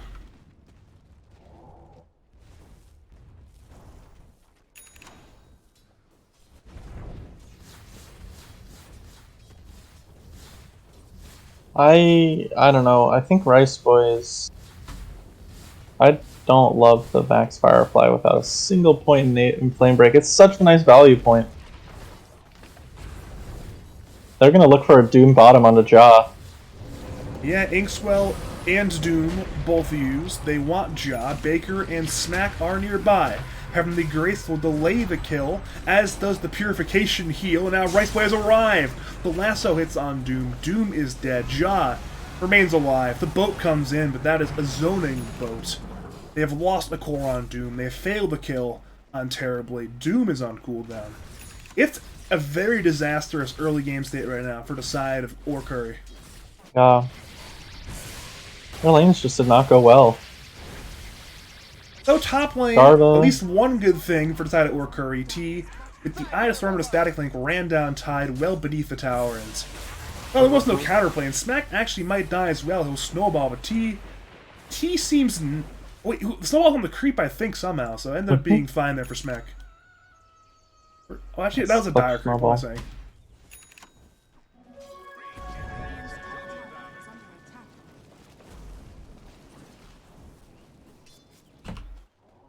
Radiant just playing at a much faster tempo, and both the supports on Radiant were in the right place at the right time. They knew that Ja, with meta going, pushing a tier 1 would be very susceptible to getting doomed by the Doom. And so they were there to be able to stop him from having his first death of the game. And I mean, Ja's game is there's a very clear path to victory for him. Just farm, get 2 items, push high ground with your first Aegis back, and then win with second Aegis.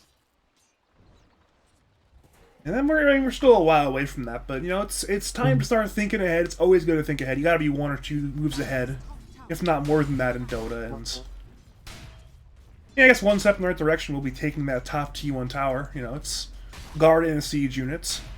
Not easy to dislodge, and it looks like Dire will let it go. They have Razors somewhat nearby, but other than that, they're all playing elsewhere on the map, whether it's mid lane for Ka or bot lane for the remainder of Orcurry. This is just the Radiant team knowing exactly how much they need to commit for this top tower. They know to go top lane. Oh. They've TP'd into X-Mark, Static Link, boat come in on Garda. T is low, but now it's a 3-man Ravage. T goes down. The big bad Razor, he is very dead. And now they'll try to bring down Kunkka, and it certainly will succeed. Lasso not even needed. And they want Brightside. Lasso still up, and Lasso still not needed. Flame Break now skilled, now used, and that T1 tower drops as well. My reaction when they picked Batrider was, okay, they're coming to play, and coming to play they indeed are, with Riceboy having a fantastic game so far. 5-0-1. Closing in on a BKB after going bots. And they're still here to play. They want to come mid lane. Lasso is up. Flame Break brings them towards Smack, who has the punch in the shards, and that's another death on Ka. You mentioned coming to play, and they're not stopping anytime soon. They have a really fast-paced lineup. All while this TV just casually farms top. This has got to be the dream for Ja. His team just moving around making plays while he just gets to hit creeps. It's perfect, really. I mean, you really could not have much of a better game than this. I mean, game one was a moderate victory. This is no moderation. This is an absolute rout occurring right now. And this feels so nice for Garda to be able to get this recovery stack. That's been there for a very long time, but it's not claimed. It's property of the Tide Hunter. Been there since 4 minutes. I guess I ended up being I ended up being a little too optimistic about Dire's ability to like fight. But I guess if you're behind 2K at the laning phase, it's very hard to fight this game. Yeah, and I mean, both Ka and Brightside have had very slow games so far. They haven't had many clutch plays like last game, and because their team just has a slower timing. I mean, both Kunkka and Doom need some items to get up and running. This Doom by itself is not very threatening, and I don't even know if Blink Dagger is going to be what he needs. I think he's probably going to need Blink and then probably BKB after it if he wants to actually play in fights against this shit. Seems like he's going to play the same role that Garda did last game on this Doom. It's buy the Blink, use your spells, and hopefully your team can win you the team fight. But you mentioned Kunkka needing some items. He is definitely not there yet, and even then, I'm not sure if the BKB is enough on Kunkka to carry these fights this game. Yeah. Garda with the BKB coming out on Crow, and the net worth charts are exact reverses of last game with all three. Oh, never mind. But at one point, all 3 Radiant cores were above all 3 Dire cores. So, not a place you want to be in if you're the Dire team. They're smoked up. Yeah, I mean, Ka has popped his smoke. They know On all they 4. know they're up there, but going up there is a dangerous play, and they'll try to ward to get up there, but well, it won't work. That's not really what you want to see when you break your smoke and put up a ward, is all 4 Radiant heroes, and they wrap around. Yeah, mid lane, Ravage comes in, it's there on all 5! What a fantastic Ravage from Garda! The boat will attempt the salvage, but Dire are collapsing. Job will drop, but Dire, they're still fighting. Magnetis comes in, Baker's now dead, now Rice Boy, he might just die here. Lasso comes in on Fatal, Fatal's not many napalm stacks on him. Brightside goes down, so now it's a 2-for-2 overall trade. They need the Batrider, and they get the Batrider. Snowball comes through, but Noah's alive. Shards block him in, but Dire somehow, someway have turned into a 3-for-3 fight. Roll will stun Smack, but Smack and Garda are fine to still fight. They'll bring down Ka. All things considered, fantastic team fight for Orcurry, but numerically still a team fight win for the side of Ka's a Stupidnoob.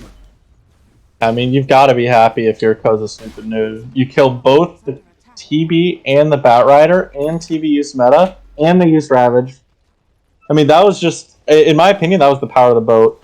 I mean, you got a boat onto all 5 heroes, you got a double Doom off, and I mean, this Magnetize did over 1,000 damage.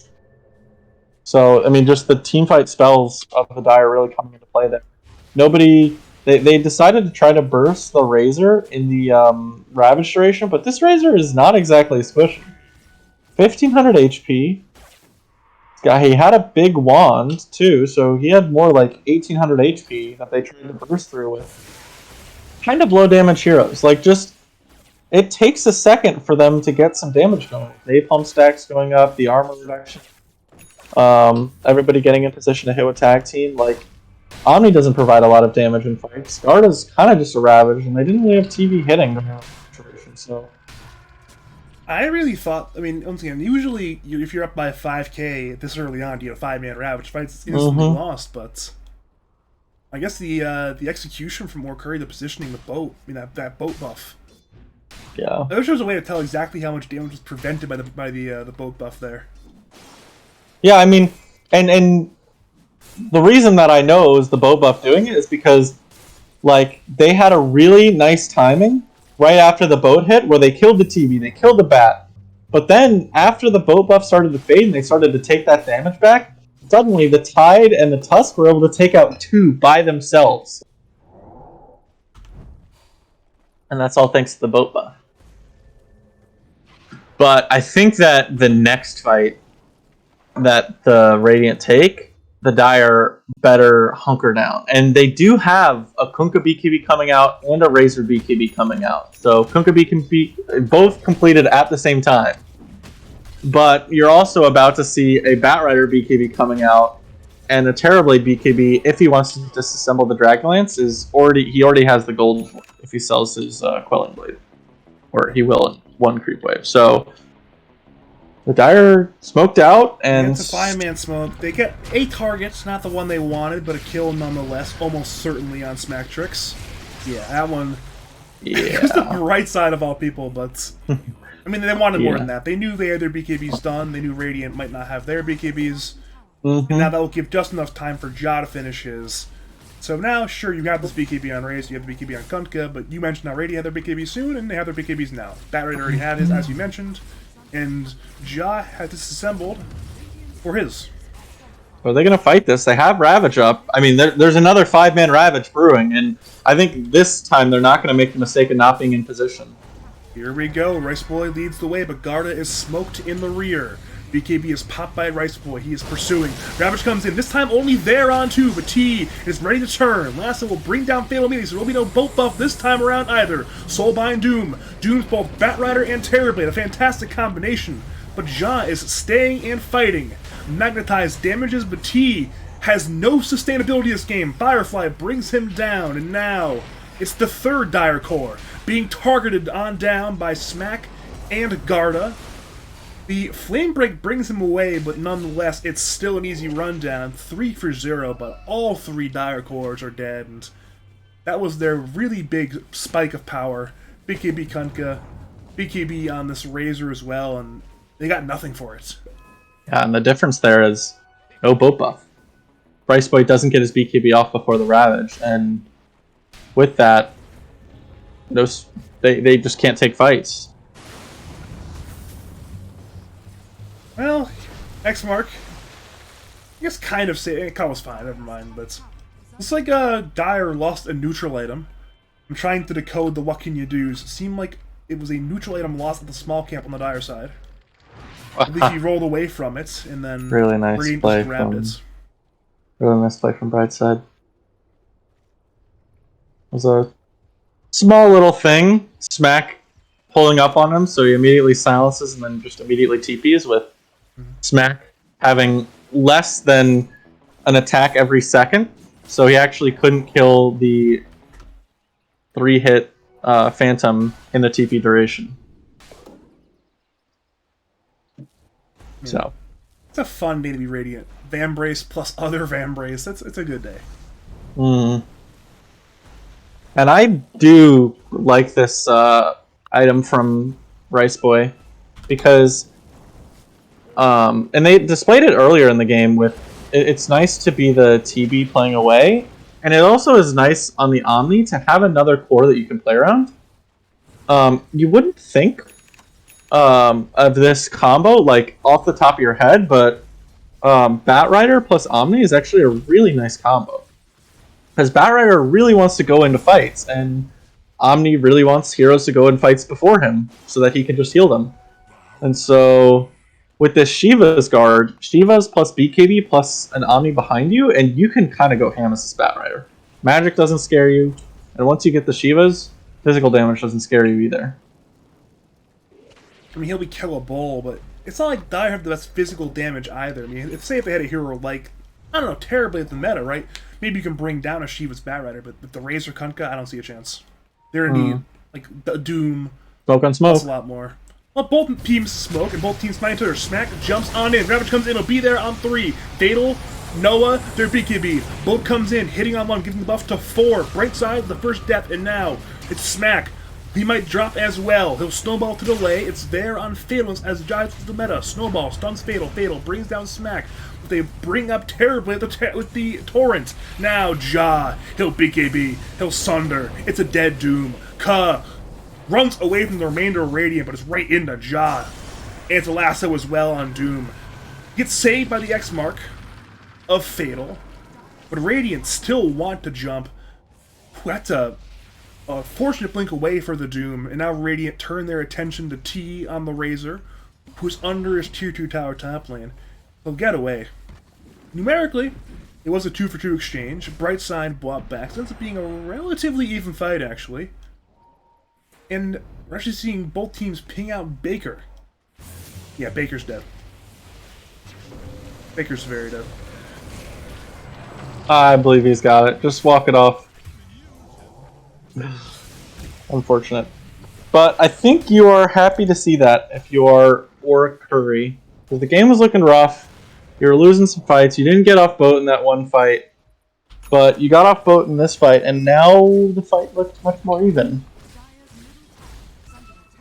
I don't know who the Doom was used on last fight, but it wasn't on the TV or the Tide. I assume it was on the Batrider? But I'm not 100% sure. I think it had to have been. But, yeah, speaking of abilities, mid lane, we saw an X mark used on Rice Boy. Boat forced out BKB to Rice Boy, so both teams exchanged something. It was Boat for BKB. A relatively even exchange. If anything, if you die, you're happy with that one, though. It's 6-second BKB. You don't really care as a Batrider using it like that. So, I think Rice Boy is totally fine using that. If anything, the boat is a longer cool. No, it's just what's the cooldown differential? It's a 5-second longer cooldown on BKB. So yeah, I feel like that is a completely even trade because I think both teams can't fight without Bat BKB or boat. So I guess Dire can pick off that perhaps, but a pick-off turns into a fight very easily, and I'm sure they don't want to fight boldly without the boat. Yeah, boat has been the reason why fights have been playable because they just it's a lot of damage in an AoE, and the damage reduction, move speed, it's just all so nice for fighting. And Fatal going for the Ags. Mode Water Park. I mean, he's definitely interested in crowd control, it appears. I mean, there's not the greatest stuns on Dire this game, and I guess a bunch of torrents will help with that one. I would like to see Brightside be ambitious and try to get an Ags, but realistically, he's not going to get an Ags until like 45 minutes. He's going for an Ags shard. Yeah. And most tragically, he did not get a Philosopher's Stone. So rolling on Baker. Baker is entirely isolated, but his team isn't that far away. Boat will stun Baker. In comes Dole the Ravage. It's there on 4. BKB came out from Fatal, but T is already dead, as is Noah. This fight's a disaster. Cub will get run down. Fatal will bring down Baker with him, but at the cost of his life. 4-for-1 exchange, Omni for 3 cores, and their spirits. That's really good for the side of Cuz, Stupidnoob, and it's looking a lot like Game 3 right now. Yeah. Actually, all 3 cores from the Dire got hit by that Ravage. Was that a 4 or 5-man Ravage? I want to say it was 4, but I mean, at a certain point, everything that needed to get Ravage was hit with Ravage. Yeah. They got Razor down. And so, what it meant is that Ja just had time to lay into the Doom before Doom was able to get any spells off. Yeah, he eventually got doomed, but Doom did it with his dying breath, and Ja was so ready for it. The second the Ravage ended, Ja presses his BKB then. So the first 7 seconds of Doom, he's BKB'd for, and is able to just lay into the Doom and then lay into the Kunkka. And I don't want to speak too soon, but I think we might be going to a Game 3 at the rate this game is going. I think Ja has gotten his 3 items, and is going to hit high ground with this Aegis. And then I don't even know if they need to wait for second Aegis. They're in such a commanding lead.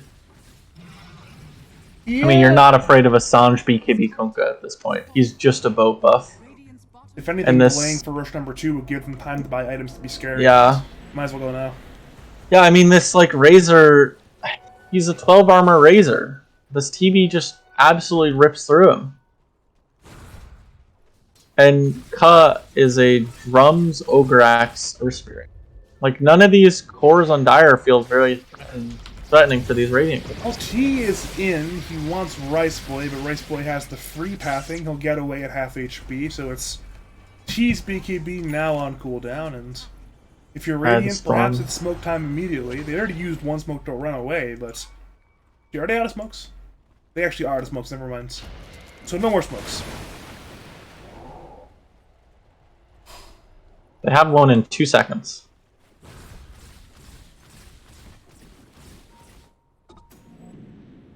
It is not in the courier though, so we're gonna have to wait a little bit longer for that smoke. Mm-hmm. Still be content though to hit that middle tier 2 tower. It is the nice soft target. See, Lasso as well on Fatal. I don't think Fatal gets out of this one, and yeah, there is no hope for Fatal this year. Doesn't even bother using the BKB. He accepts his fate, and that is a minute in the grave. And well, meta is popped. If Ja wants to go high ground, he can. He will. Seems like he does. He can and he will. Dire, Glyph. Radiant have a wave coming though before backdoor is up, so this is a very much alive push. Ja has half duration on meta, and an allied Solar Crest giving even more buffs. That is one dead T3. Oh my lord, T is just getting absolutely ripped by this TV. Yeah, meta is over soon, so you might have to think about hitting the road. And hit the road they do. They will have one more meta with this Aegis. So I think the plan is get out lanes. Yep. Riceway's drawing on the map. He's going to push out bottom. They're going to take out this last outer tower. Probably choke them out on the map until meta's up again, and then they're going to push high ground. This ward is actually under vision, so... Yeah, the Dire do know about it. Of that one for sure. And they seem to be in smoke formation. But it's just all them being trapped in their base. And there comes the smoke on the Crow. There we go. They find Smactrix. Exit Torn is missed, and now it's a Ravage. It's a fantastic, perfect Ravage there on 5. Now the BKBs are popped, but it's just too late. Ka dead. Brightside dead. T, he's slow with the Scotty. There's no escape there on Razor. Down goes T. 3 more kills, and well... Radiant took the fight right outside the Dire side base, so this Dire side... They know it. They're not even going to attempt Yeah, I mean, that's just... Is that the 3rd or 4th 5-man Ravage this game? I want to say 2 5-mans, a 4-man, and multiple 3-mans, but it's a lot. It's a lot of Ravage targets. I mean, it was a fantastic game from Florida. No doubt about it. Yeah. And although I do have gripes against Riceboy for his skill build, I think he played the game very, very well and just was just pushing the tempo faster than the Dire team could handle. I mean, it was a very good Batrider game, and your really only threat was way down the line. Early game, you really only have to be worried about getting like doomed and boated at the same time, which... If you're able to play behind your Omni Knight, or like in front of your Omni Knight, you're not even threatened with it. So, beating the Ka Earth Spirit, a level of disrespect from Ka is a stupid noob. And it works. They beat the Ka Earth Spirit. It was a fantastic Grimstroke game, but you can't win the game as a Pos 5 if you're the only hero having a game.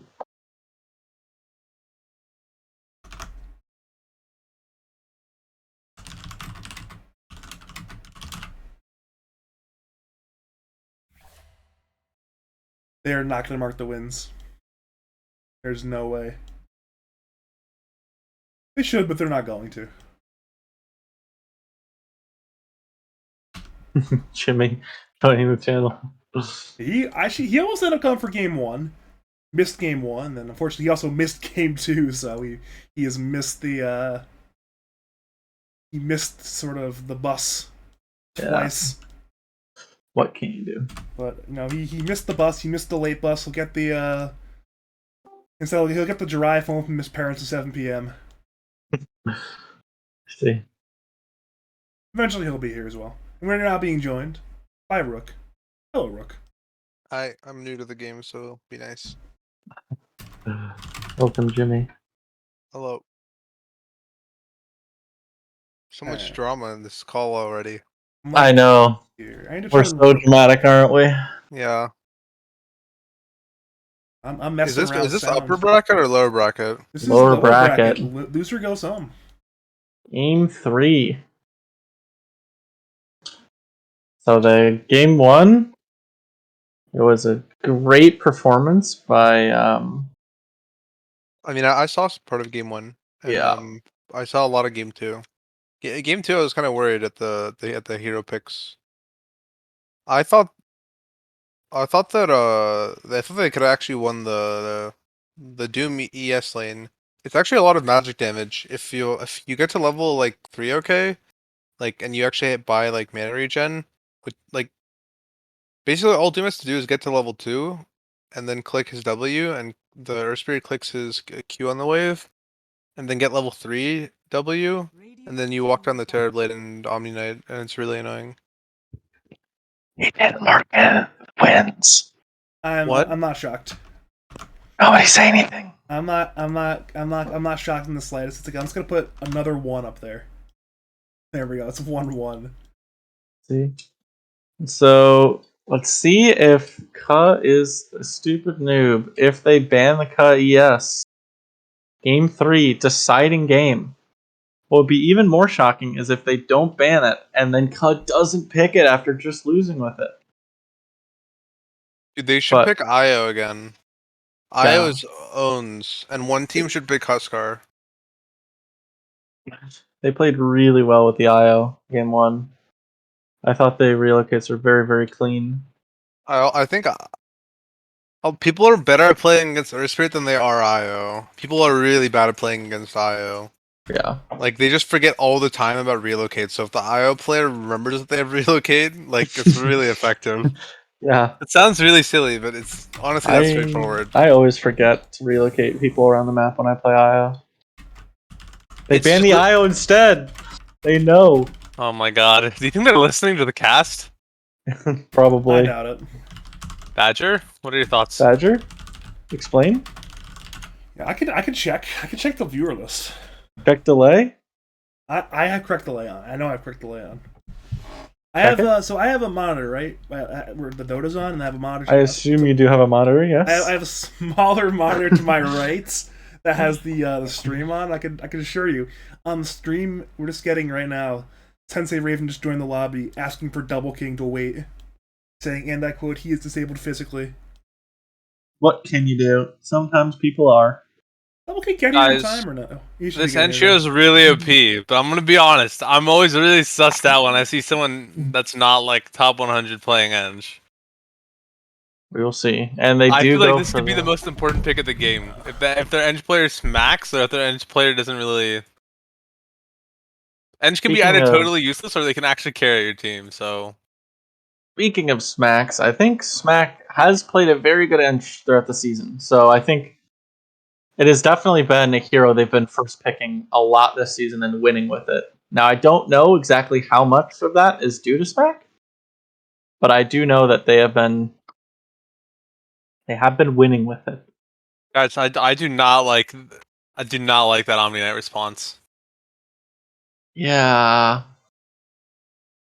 You have no stun so far, and you see Storm Spirit, Earth Spirit. Yeah, Ench Omni is a very wacky support duo. I'll leave it at that. Very, very wacky. Oh, you know what? Dire should 15 pick if they play it. If Like a Dire Night plays Stalker? Colonel, and they 15 pick it, I'm sure they win the game. Why is that? Because it D pushes, it feeds mana to your storm. It lanes pretty well into pretty much anything. Uh, you can like, you can like let your Earth Spirit like roam while you like catch all the waves. Or you can play with the Stormwall game if Earth Spirit wants to catch waves and get levels. And so far, like they have no stuns to catch either Spirit Hero. So yeah. I do believe Brightside is capable of playing the Coddle, but I don't think he's been favoring the Coddle as of late. I would probably think he's going to go for something more like, I don't know, maybe they repeat the Grim, although feels kind of bad to repeat the same support duo you just lost with. Maybe he goes for the Dazzle. He's been enjoying that recently. Dazzle would be good. They had an issue of needing too many levels on all their heroes last game. Dazzle doesn't really need like levels the way some of the other heroes they pick. Coddle has the same issue, but Coddle kind of makes up for it by the fact that like he like creates resources with stacking and like catching like scary waves and stuff, right? Mm. As opposed to Grim, who like kind of does that, but not really at all.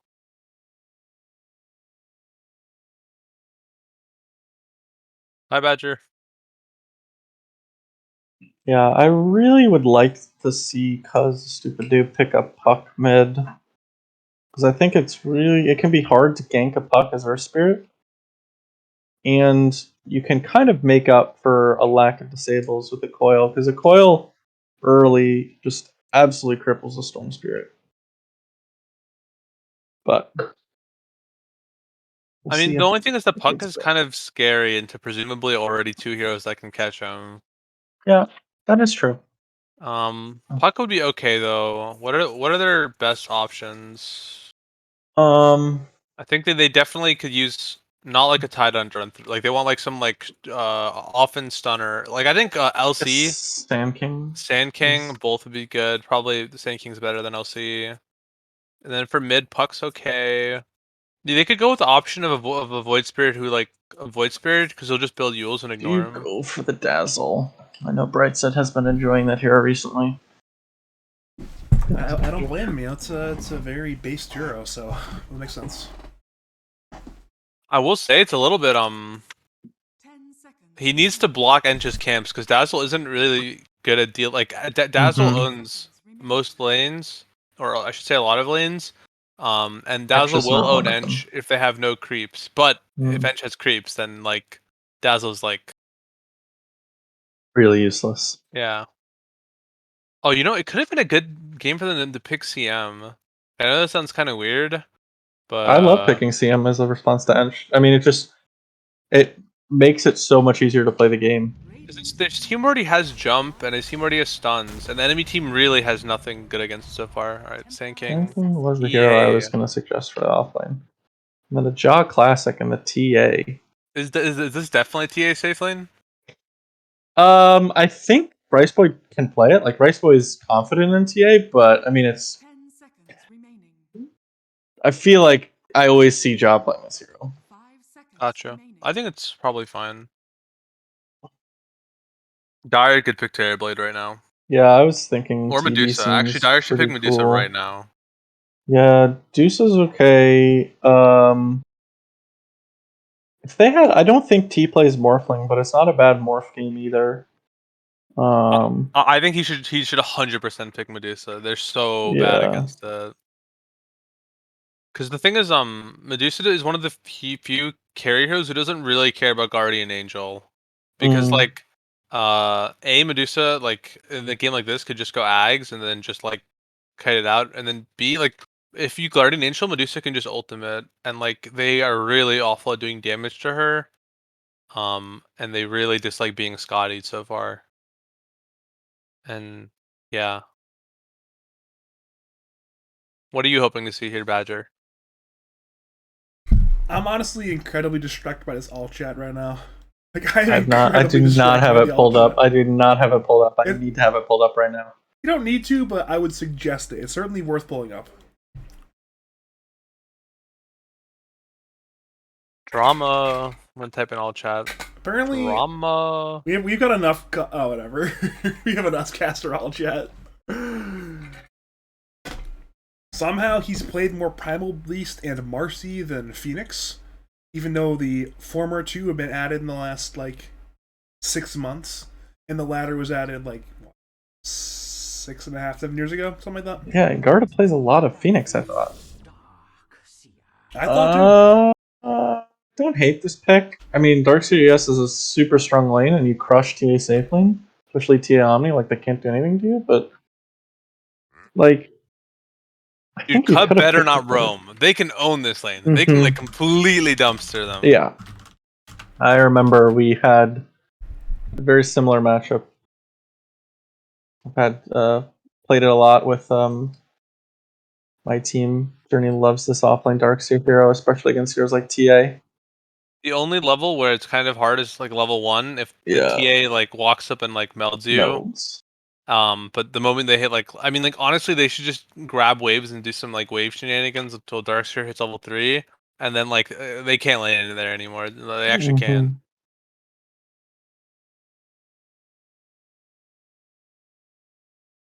Do you like the puck ban? would have been annoying for a lot of their heroes.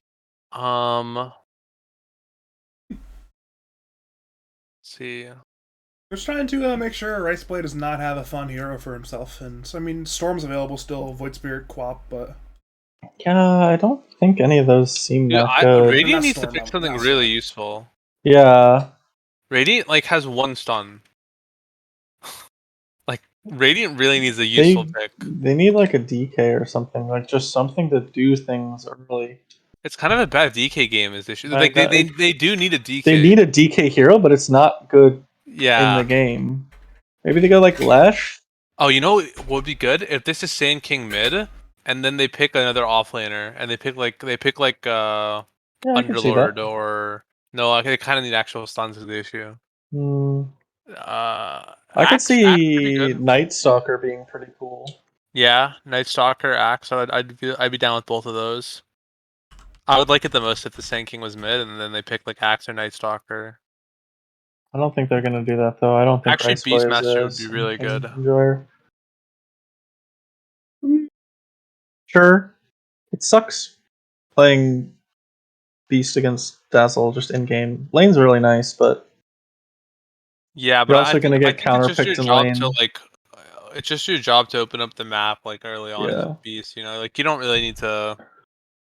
All you need to do is like break the enemy's safe lane tower early, and then break the mid tower early, which is very doable with Enchantress Omni Knight supports. Like it'd be so I easy. feel like they're just gonna like emergency press the Void Spirit button because they don't know what else to pick. Remaining.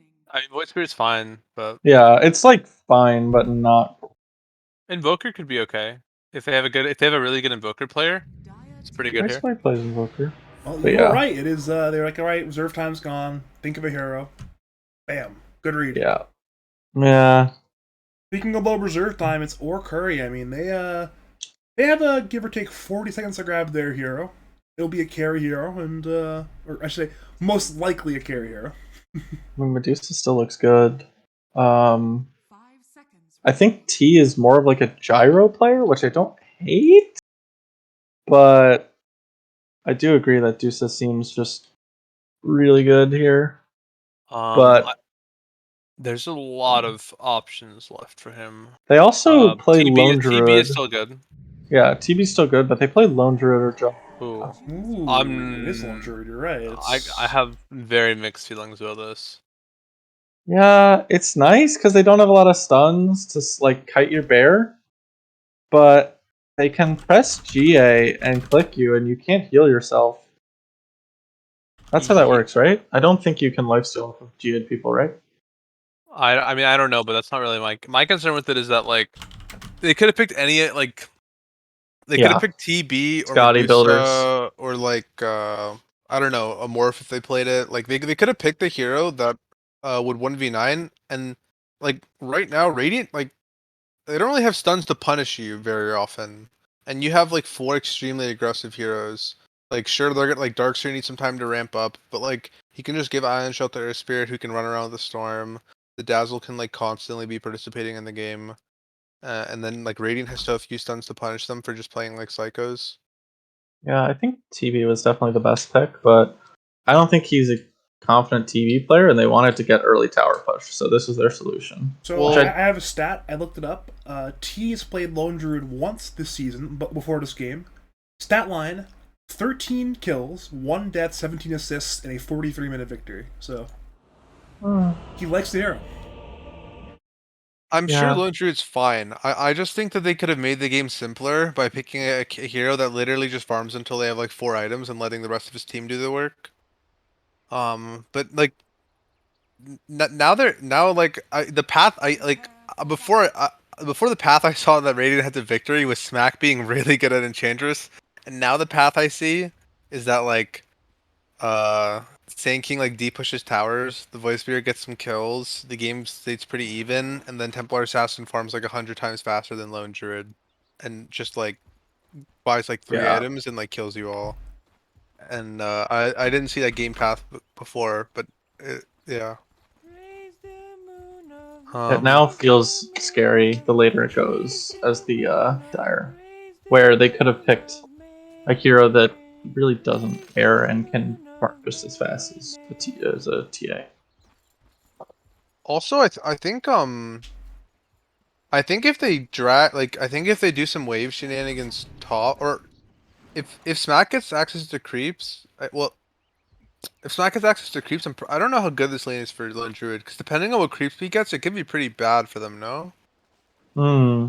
Like, Well, he could, I am I don't crazy, know. or? Well, big jump on It Jaw, is. pre-horn. They find Jaw under the dire side observer ward, and I don't think he's way out of this one. The roll will No. stun Jaw. He's dead. He's trying to run, but actually, Maybe he's not. the Heavenly Grace.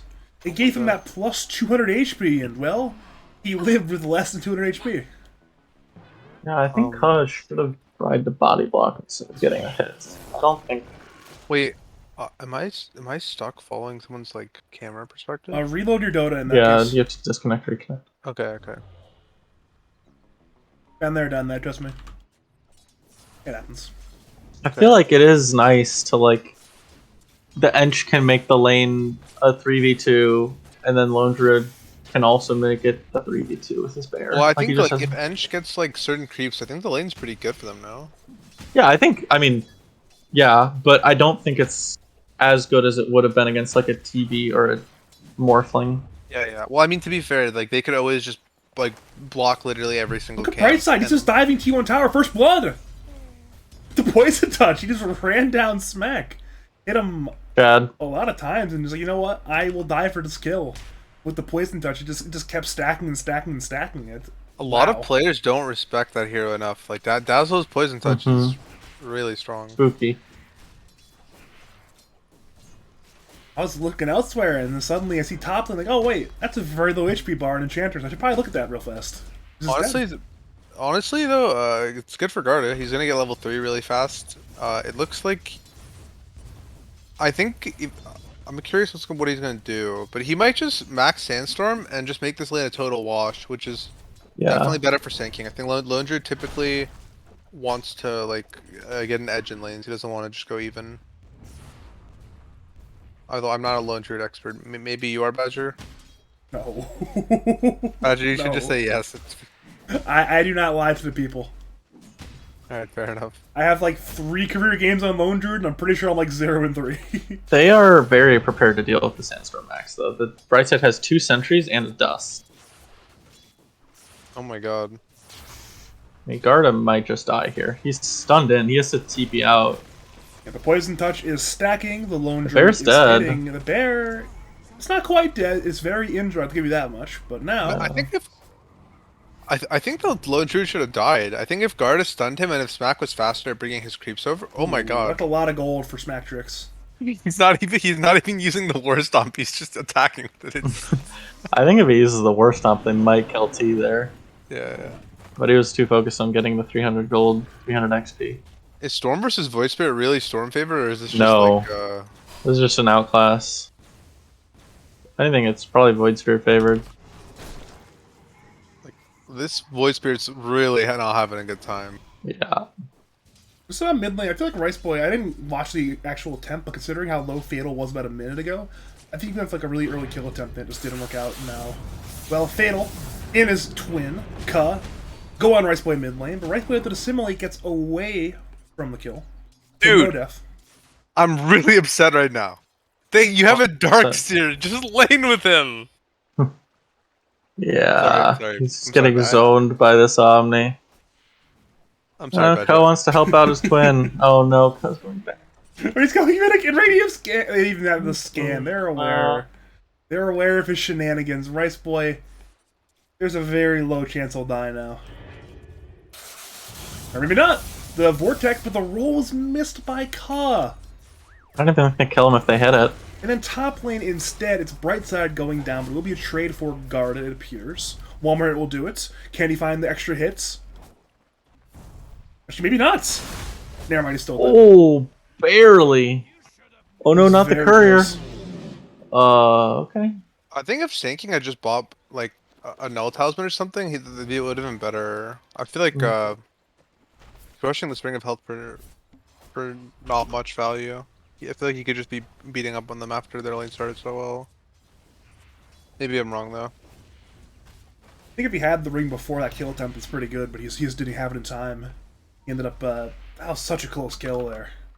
It's a little bit of anything. Extra regen, extra bracer, 200 more gold for Maria help before he dies. Any little bit there would have been the difference. By the way, Ka is back bottom, although they've kind of let this TA is like a whole level advantage on the... Oh, no, actually doesn't. I missed all that. Sorry, never mind. Okay, they can still pwn him. Oh, he has boots, so now it's a little harder. But they can still just go on him. Like, they could just go right now. They just need iron shells. Why are you iron shelling God, creeps? Whatever. Or the top Let's lane look top. instead, it's a burrow on T's Spirit Bear, but for now he'll be fine. But Kull wants to break the party. He's there with his teammates. He has a sentry on the ground, so they know Guard is in the Sandstorm, of course. They're running him down with that, right-clicks in 3 heroes, but Garda burrows to the high ground. Roll will stun, Sand King will attempt the caustic finale, the medium camp, but that is futile. T grabs that kill. As that happens, it's Fatal and Riceboy in the 1v1 duel. Riceboy has the 6 first. That's with Uses 6. both steps in, but Fatal is still alive. Now it's Vortex into the roll. The Simile is on top of Fatal. Fatal is still alive. And the heal from Brightside keeps him alive. And now it's Smack Tricks on the run. He's being run down by Poison Touch. And well, you saw it top lane, and we'll see it again. Once again at the top lane, actually. He managed to survive to the top lane, where eventually they get brought down. Brightside Dota. Darkseer is Well, being not with, ran down bottom by Omninet. Mad. Is he gonna go? Oh my god, he gets it, and he was trying to pour it out. TP'd. Hey, how did, That's really painful. wait. What happened to bottom? Dude, He was behind the tier 3s, I just trying to cut waves because his Earth Spirit was elsewhere. How did he die, though? It's He- Omni Knights. He was low. Omni Knight clicks you for 30 I don't seconds, even you'd be know, low too. honestly. I don't think I feel like that shouldn't happen. It definitely shouldn't, but it did, so what can you do? Wow. And now Darkseer is having a very sad game. Despite the fact that they've ganked for this Lin Druid a lot, like, he's not really that... Like, he's missed a lot of creeps under tower since they're always chasing them for the kills. So it's actually the TA who... Rice Boy's despite out having of 0 kills, spells, doesn't have it. actually, but he's still alive. Never mind. Sorry, you were saying before that? Oh, I was just saying that, well, I'll wait till this... Ooh. Good pickup by the Void Spirit. This Lone Druid, despite being 2-0, or, yeah, 2-0, is not actually, like... He's only barely ahead of the Sand King, because he misses so many waves of tower, although it looks like the lead will extend here. Okay, speaking of the Lone Druid, him and his Dazzle run at Garda. I think it was both Sentry and Dust used. More than a protection to bring down Garda, who died in a sandstorm.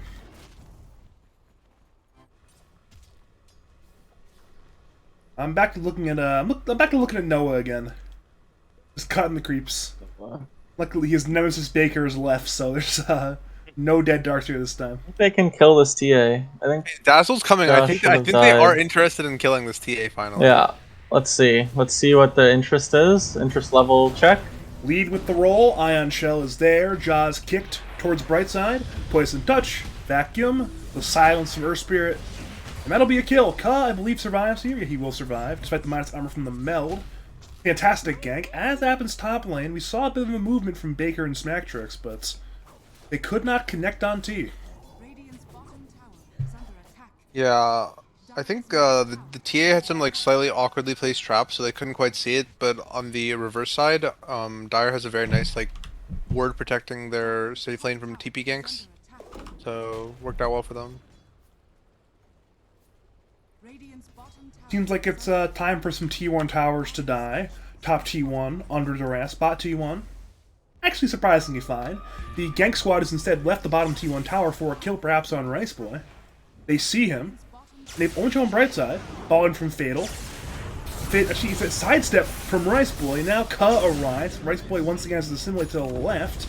Ka will kick. Fatal is hitting with the haste room, but Rice Boy is still alive. Ball, it dives the tower without Ball landing, and one more hit will bring down Rice Boy. Now it's Ja fighting under a wall. Snack is man fighting. 4 heroes in the Dire man fighting. It's a 2-man vacuum. Now it's a TP in from Sand King and a bite from the Void Spirit. So Ja will go down, but what vengeance will be there? Fatal should be dead. Step in by Rice Boy. Grave comes out from Brightside. 2-man Poison Touch. Smack will drop. And Fatal is somehow still alive. Rice Boy and Garda are hunting. Brightside is hitting. Now it's a roll. It'll miss, but it will distract, allowing Fatal to get away. Garda had the two-man burrow. Those two heroes are fine. Now it's everybody from both teams arriving. It's 10 heroes basically now in this area. Garda will epi. T-Spirit Bear's in danger, and the main T is also in danger. Massive amount of gold for Garda. Got both the Spirit Bear kill and the main hero kill. I don't even know who won that fight, but it's still happening. Now it's Brightside just trying a bit of a tussle with Rice Boy, and that is not going to go up for Brightside. He accepts his death. He runs towards the tier 3 tower. He high fives. Wait, does high five get purged by a purge? Yes. No idea, but still, Brightside goes down. The kill goes to Rice Boy. That is absolute chaos in the Radiant jungle at minute 9. For sure, high five. Dude, this game is wild. I know. I think that was Dire favored. He died though, which is really bad for his game. So, but so did TA. I think it was Radiant favored because they took a tower during that time, and but it looks like Dire's gonna get the Radiant safe lane tower. Yeah, but I think Garda could have walked his way over and defended it. How do you draw on the map? Oh my god, I can do it too. Yeah, yeah, if you watch my cast, you know I'm a big fan of drawing dumbass boxes and stuff. You know. that T1 tower though, as foretold, it has perished. I wrote High Badger, but it wasn't too legible. I saw the high part. I didn't see I could not tell the Badger part. I'm sorry. Instead, though, we have Snack Tricks being gone on by Dire supports, but he has Baker backing him up. Rice Boy. He sat in the periphery, but did not want to jump on in, and as a result, neither team dies. Bit of mana and cooldowns for mana and cooldowns, and I mean, Dire, they poked and prodded, but could not find an opening, so they backed off.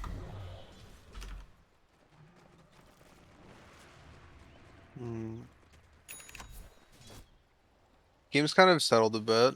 I think Radiant's pretty happy with that. I'm not quite sure when Dire like really. I guess like what items does Lone Druid want before they really go? I don't really understand this Lone Druid hero all that well.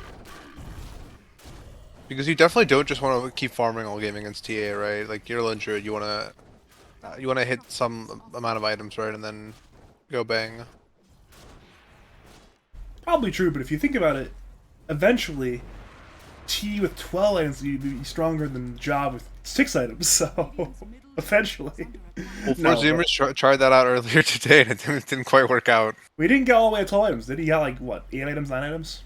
Yeah, I mean, still, you know, the PA only had 6 items. I think he needed the full 12. Top lane, meanwhile, it's a ball in for Ja, and they say, you know what?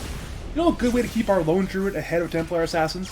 Kill the Templar Assassin, they dive him under tier 1, they bring him down, and as that happens, Radiance juxtapose themselves in the bottom lane in the jungle towards what would have been either Noah or T, but they found neither kill, so it'll be a big pickoff for the Dire team.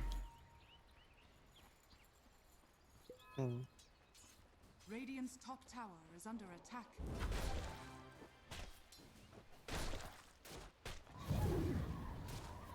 Surprised, actually. They're not going for this top T1 tower. They're just like taking over the Tri-Camp entirely. So you know what? This tower, it is useless, but the Tri-Camp creeps. That is what matters. Yeah, I mean, sadly for Dire, the Radiant did not make any stacks. Because Dire has been in Radiant jungle so many times, but there have never been any stacks to take. It's kind of sad for them, actually. Usually, if you make your way into a TA's woods, you get a reward by taking the stacks meant for her, but if you don't stack for TA, then that can never happen, I guess. We saw last game there were stacks for Batrider, but this game, no stacks for TA. Sadly to be TA. Yeah, I mean, I think this will get to a point where it's a pretty 1v9 TA game, but the TA's team isn't really doing a very good job of enabling that to happen. Although, like, it's not like blaming TA's team for their deaths, but they're not really making a lot of stacks, and they're not pushing out waves too aggressively. What are Squid's thoughts on this? I miss hearing from Squid. He's so Squid-like. Just letting you guys talk about the game. I'm looking at Storm's Orchid timing because it can feel a little bit rough to play as a Storm Orchid when they have a Purge on the Omni Knight. Also, But- it's kind of hard for him to jump either support. Like, Yeah. Ench went Hood first item, and they Yeah. have an Omni, so it's a little sussy. And like the seals from Void Spirits can come out. So like whenever he jumps, he has to be afraid of a Blink Stun from Sand King or a step into Yules from Void Spirit. And then he does have a Dazzle behind him, but it is still very spooky to jump in first as the Storm. I think he's kind of hoping that his Earth Spirit or Darkseer are going to run in first like Psychos to make fights easier for him. Then he just finds the Omni Knight is probably his plan with this Orchid. Yeah. His Void Spirit's recovered a lot. I was kind of worried about his game, but he's doing okay now. Like, he's not amazing, but he's doing fine. Yeah, you don't love to have a post 15-minute Yules, but you'll take what you can get. Yeah, I mean, he was looking pretty bad at one point, you know? Yeah, Like, it's definitely a recovery. And for being technical, it is very barely after. It's like 15:03. That's close. I think enough. it's actually more like 15:01, honestly. Yeah, it was It was definitely... It wasn't even nighttime yet. We're at the point now. It's really a lonely action. I mean, neither team has done much of. Yeah, I mean, I feel anything like in that's the a last, like, 2 mistake minutes from Dire. You definitely want to be making plays. You have the more active heroes with Earth Spirit, Storm Spirit, Darkseer. I guess Dire is just sort of waiting for Orchid This is and really maybe nice waiting positioning. for Darkseer Rags. Oh no! Brightside just TP'd out. Okay, good. I don't think Fatal's gonna die. That would have been so tragic if right as Brightside TP out completed, they went on Fatal. Seems Fatal knows something is up. Yeah, he doesn't know what is up, but he knows something's up. It's like, all right, look at the Dire vision. Last scan from Radiance. Pixels. It is now. They know Fatal's in there, but can they find him? That is one hard hero to find. They know he's in there somewhere, but they just don't know where he is. Fatal has the remnants. Garda pump fakes the epi. TP away? No. Oh, Just no. step into the Yules, and Fatal, his life, it will be forfeit. 3v1, the one is dead. So close for Fatal to escape there, but not quite close enough. I think if he wasn't TPing right then, like if he had TP'd any earlier or any later, he probably would have let it. Dire is about to be really strong. They have Darkseer Ags. Looks like they're hitting the tier 2 bottom. Oh, Sand King does not have a port. I'm pretty sure they're just gonna lose this tower. Yeah, no port, no epi. Sand King Yeah. has a servant. I'm just gonna disassemble it and make it Yules. They are smoked. They're going. Yeah, they have smoked as 5. This is Tower's gonna be dead by the time they get there. They are all under a Radiant Ward. It is about to expire though. They can get the jump on perhaps Brightside. It's a big jump they can get it. Sand King, the 2-man burrow. It's Darkseer and Dazzle. He's kicked away by Cub, but he's kicked away far enough? No. They're running down Dazzle. He'll Grave TP. As happens, Rice Boy brings down Ka. Somehow, Brightside survives. Ka not so lucky, but I think if you're Dire, Earth Spear for a tier 2 tower, that's not that bad.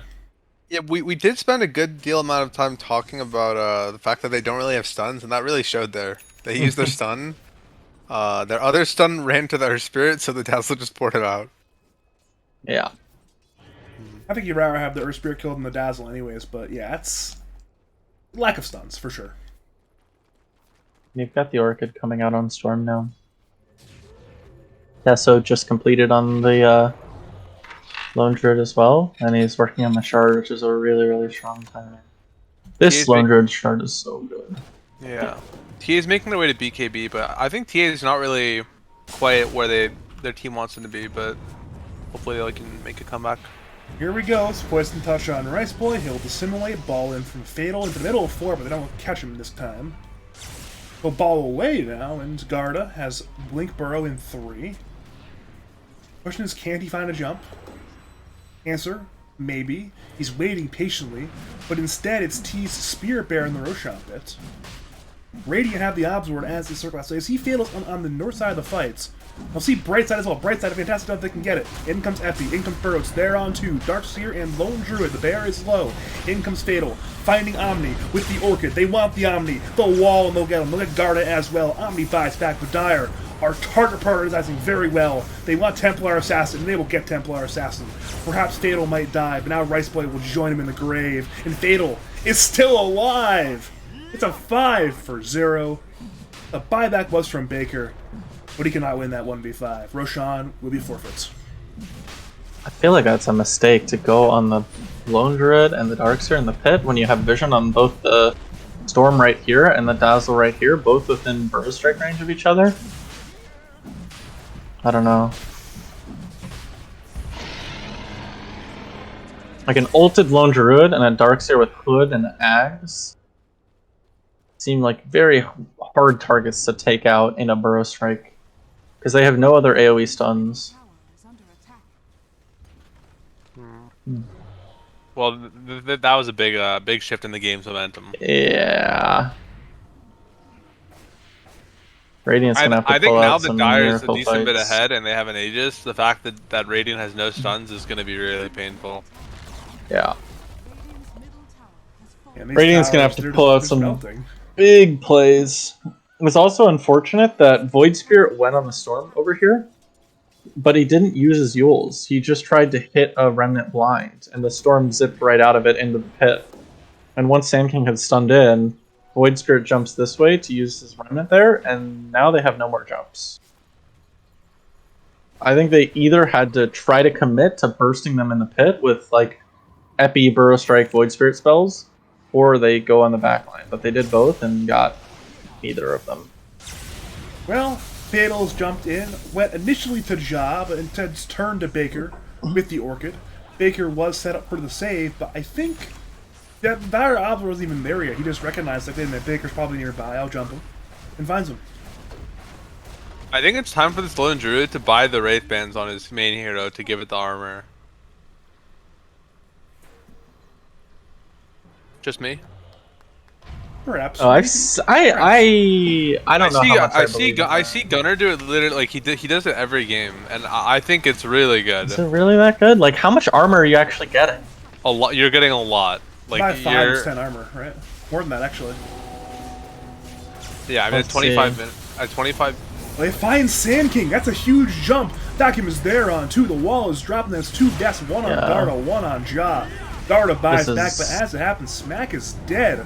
Rice Boy tries to salvage the fight, but he finds nothing but a grave. The Remnant is there on Fatal, but he has 2 lives, and both of them are still active. Vortex is there on Sand King, and they need to save Sand King. If he dies, it's a dieback. Instead, it is the Aegis falling. Fatal. Will ball away, unsurprisingly. But Dire said, you know what, we got 1 Rax, we lost the Aegis, but guess what we can get? Another Rax. T3 tower will fall. Melees are under attack. Royce Boy, Garda, they want the right jump. Perhaps they're waiting for Ja, who's alive in 7 seconds. Another Rax, they're low. Not quite dead yet. Ball comes in from Fatal. It's there on Sand King. Rolls now there on Baker. Can they lock down Baker? Hell no, they will not. But it is an entire set of racks down. Dire are now on the run. Bright side will get left to die, as perhaps might tease Spirit Bear. It was burrowed and meld striked. So it is Dazzle dead, Spirit Bear dead. But it was at the cost of a buyback on Sand King and 2 full sets of barracks. Disasters. So, if you buy 5 Wraith Bands on your main hero, you give the bear +4 armor. I don't Wait, know if but that's at worth 25 minutes, like, which you're gonna be holding them all, like, basically all the time. You're getting Wait, big smoke there on Lone Druid. Forget the Wraith Bands. They find him. No, the Spirit, the roar! The Savage Roar brings Gardo away. And Ka will not get stunned by the Remnant of the Astral Remnants. The Ancient Creep blocked the Astral Remnants. An utter disaster there. That's for so Ka's unfortunate. Stupidnoob. They need those kills. They just And don't they have got stuns. They just don't have stuns, and that was indeed painful. just how it I'm goes. sure they all felt pain. You are only giving the bear for armor, but I don't think I think like the whole point is that you make your main hero tanky so that it doesn't die. Hmm. Because the main hero gets, what, like 12 armor from the +10 armor share from the You get bonuses? 40. You get 20 armor in your main hero from 5 Wraith Bands. Whoa, is it that much? Top Yeah, lane, well, CL after 25 yeah, minutes. Karthus. Yeah. It's 10 and then 20. Wait, it's 4 armor per Wraith Band? Yes. Well, 'cause it was after 25 +2, minutes, yeah. and then after 25 it doubles. Oh, I always thought it was +1 armor. Okay, I see. I Radiant's top tower don't know why I thought it was +1 armor. It used to be. Radiant's top That will be why. has fallen. Well, we are seeing a dead top T1 tower. It was the last T1 tower to die in this game. Other than perhaps that bottom tier 1 tower, but you know what? I like its odds. I think this tier 1's gonna be alive for a bit longer. On Dire's side, I mean, I Yeah. guess we'll find out soon enough. I'm rooting for the Mac tower. is just saying, screw the team, I'm taking this tower with my OP creep. I'm rooting for the tower. Come on, I don't tower, you know. can do it. You can do it, tower. I don't know. You can't do it. The strong creep. Summon it again, Smack. Summon it. Oh, and with the glyph, yeah, the tower's still in the chain. More importantly, though, it will be Dire sieging the Radiant base. They already grabbed the T1 and T2 top lane. They force the glyph out. In comes Ka with the roll. It's off the mark. Can they punish Ka? The remnant will hit, but it's a grave from Brightside. Backwall comes in on Smack. Power Draw will fear him away, but Dire have used a lot of spells and have found nothing in exchange. They might wait for a little bit longer. They have no Aegis anymore, and they will somewhat back. Not fully, but at least away from the Radiant base, and Radiant, for their part, they're now stuck there for a bit.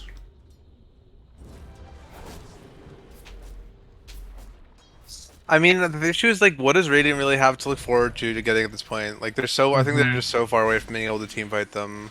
I think what they need to hope for is that Storm Spirit jumps too far right at the start of a fight, and then he dies, and then like his team cascades afterwards. Yeah. I think that's like their best chance of winning a team fight is Storm going too deep and not being able to be saved by Dazzle. Dazzle tries to reach him, then they kill Dazzle. I think that's like their only like path to winning a team fight. Because due to the lack of stuns, Storm has not gone to BKB, so if he does get caught by 2 of their 2 stuns, he can die if he's too deep. But it's got to be like some miracle play where like, if Storm's too far, that means like the rest of his team is preoccupied with something. So there's got to be some scenario where like Ja is like distracting all 5 of the rest of he his could team just while jump too GA'd. far and make a mistake. Yeah, It is yeah, not I the key. see that. Also, well, I guess the problem is that TA is just poor. Because I wanted to say that like TA should really like have a blink, but like the problem is like the problem is just that TA is poor. It's not really that TA's items are necessarily bad. No, I think like, what other items can she go? I mean, maybe you could argue she should have skipped Dragonlance, No, you always but go like, Lance. you kind of need that I think item, maybe yeah. before. I think she maybe should have bought a blink and tried to like get kills early. But I mean, it's just hard. They don't have stuns. Yeah. I think the Going game for could a have looked smoke. different if. Oh, sorry. They're going for smoke, but it's not going to pan out into anything.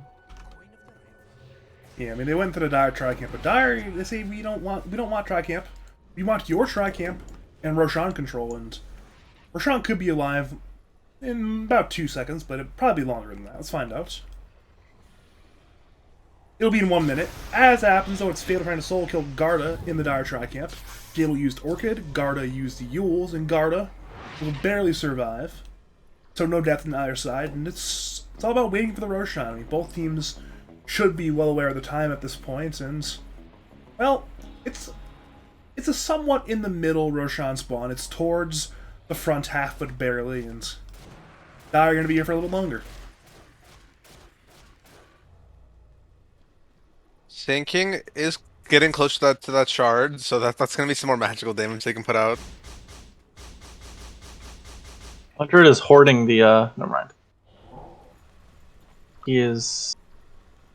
Who did he give it to? Did Lundra just send it back to base? Perhaps. Oh no, I gave it to Storm. Is Storm really the Psychic Headband carrier? I mean, the Int is nice, but you have a Dazzle. And if say, you know what, we trust Brightside to be in position anyways. He has Aether Lens and Keen AC. Optic. He's good. Yeah, it is what? Plus 50 cast range? It's not the most... No, it's plus 25 cast range. Yeah, it's really not that much, I guess. Gonna end with the second Roche. They're gonna be very safe about it. Does this Ench ever become a threat? Is there ever a point where this Dragonlance hood... I mean, no, but the thing is, Ench? ideally the Ench is like ideally the Ench is higher net worth and higher level. At this point, it's really hard for them to become a threat. I mean, also, Dire has good heroes against Ench. They have a lot of like AoE magic damage, right? Yeah. There's Second the Roshan has downside of fallen. first picking.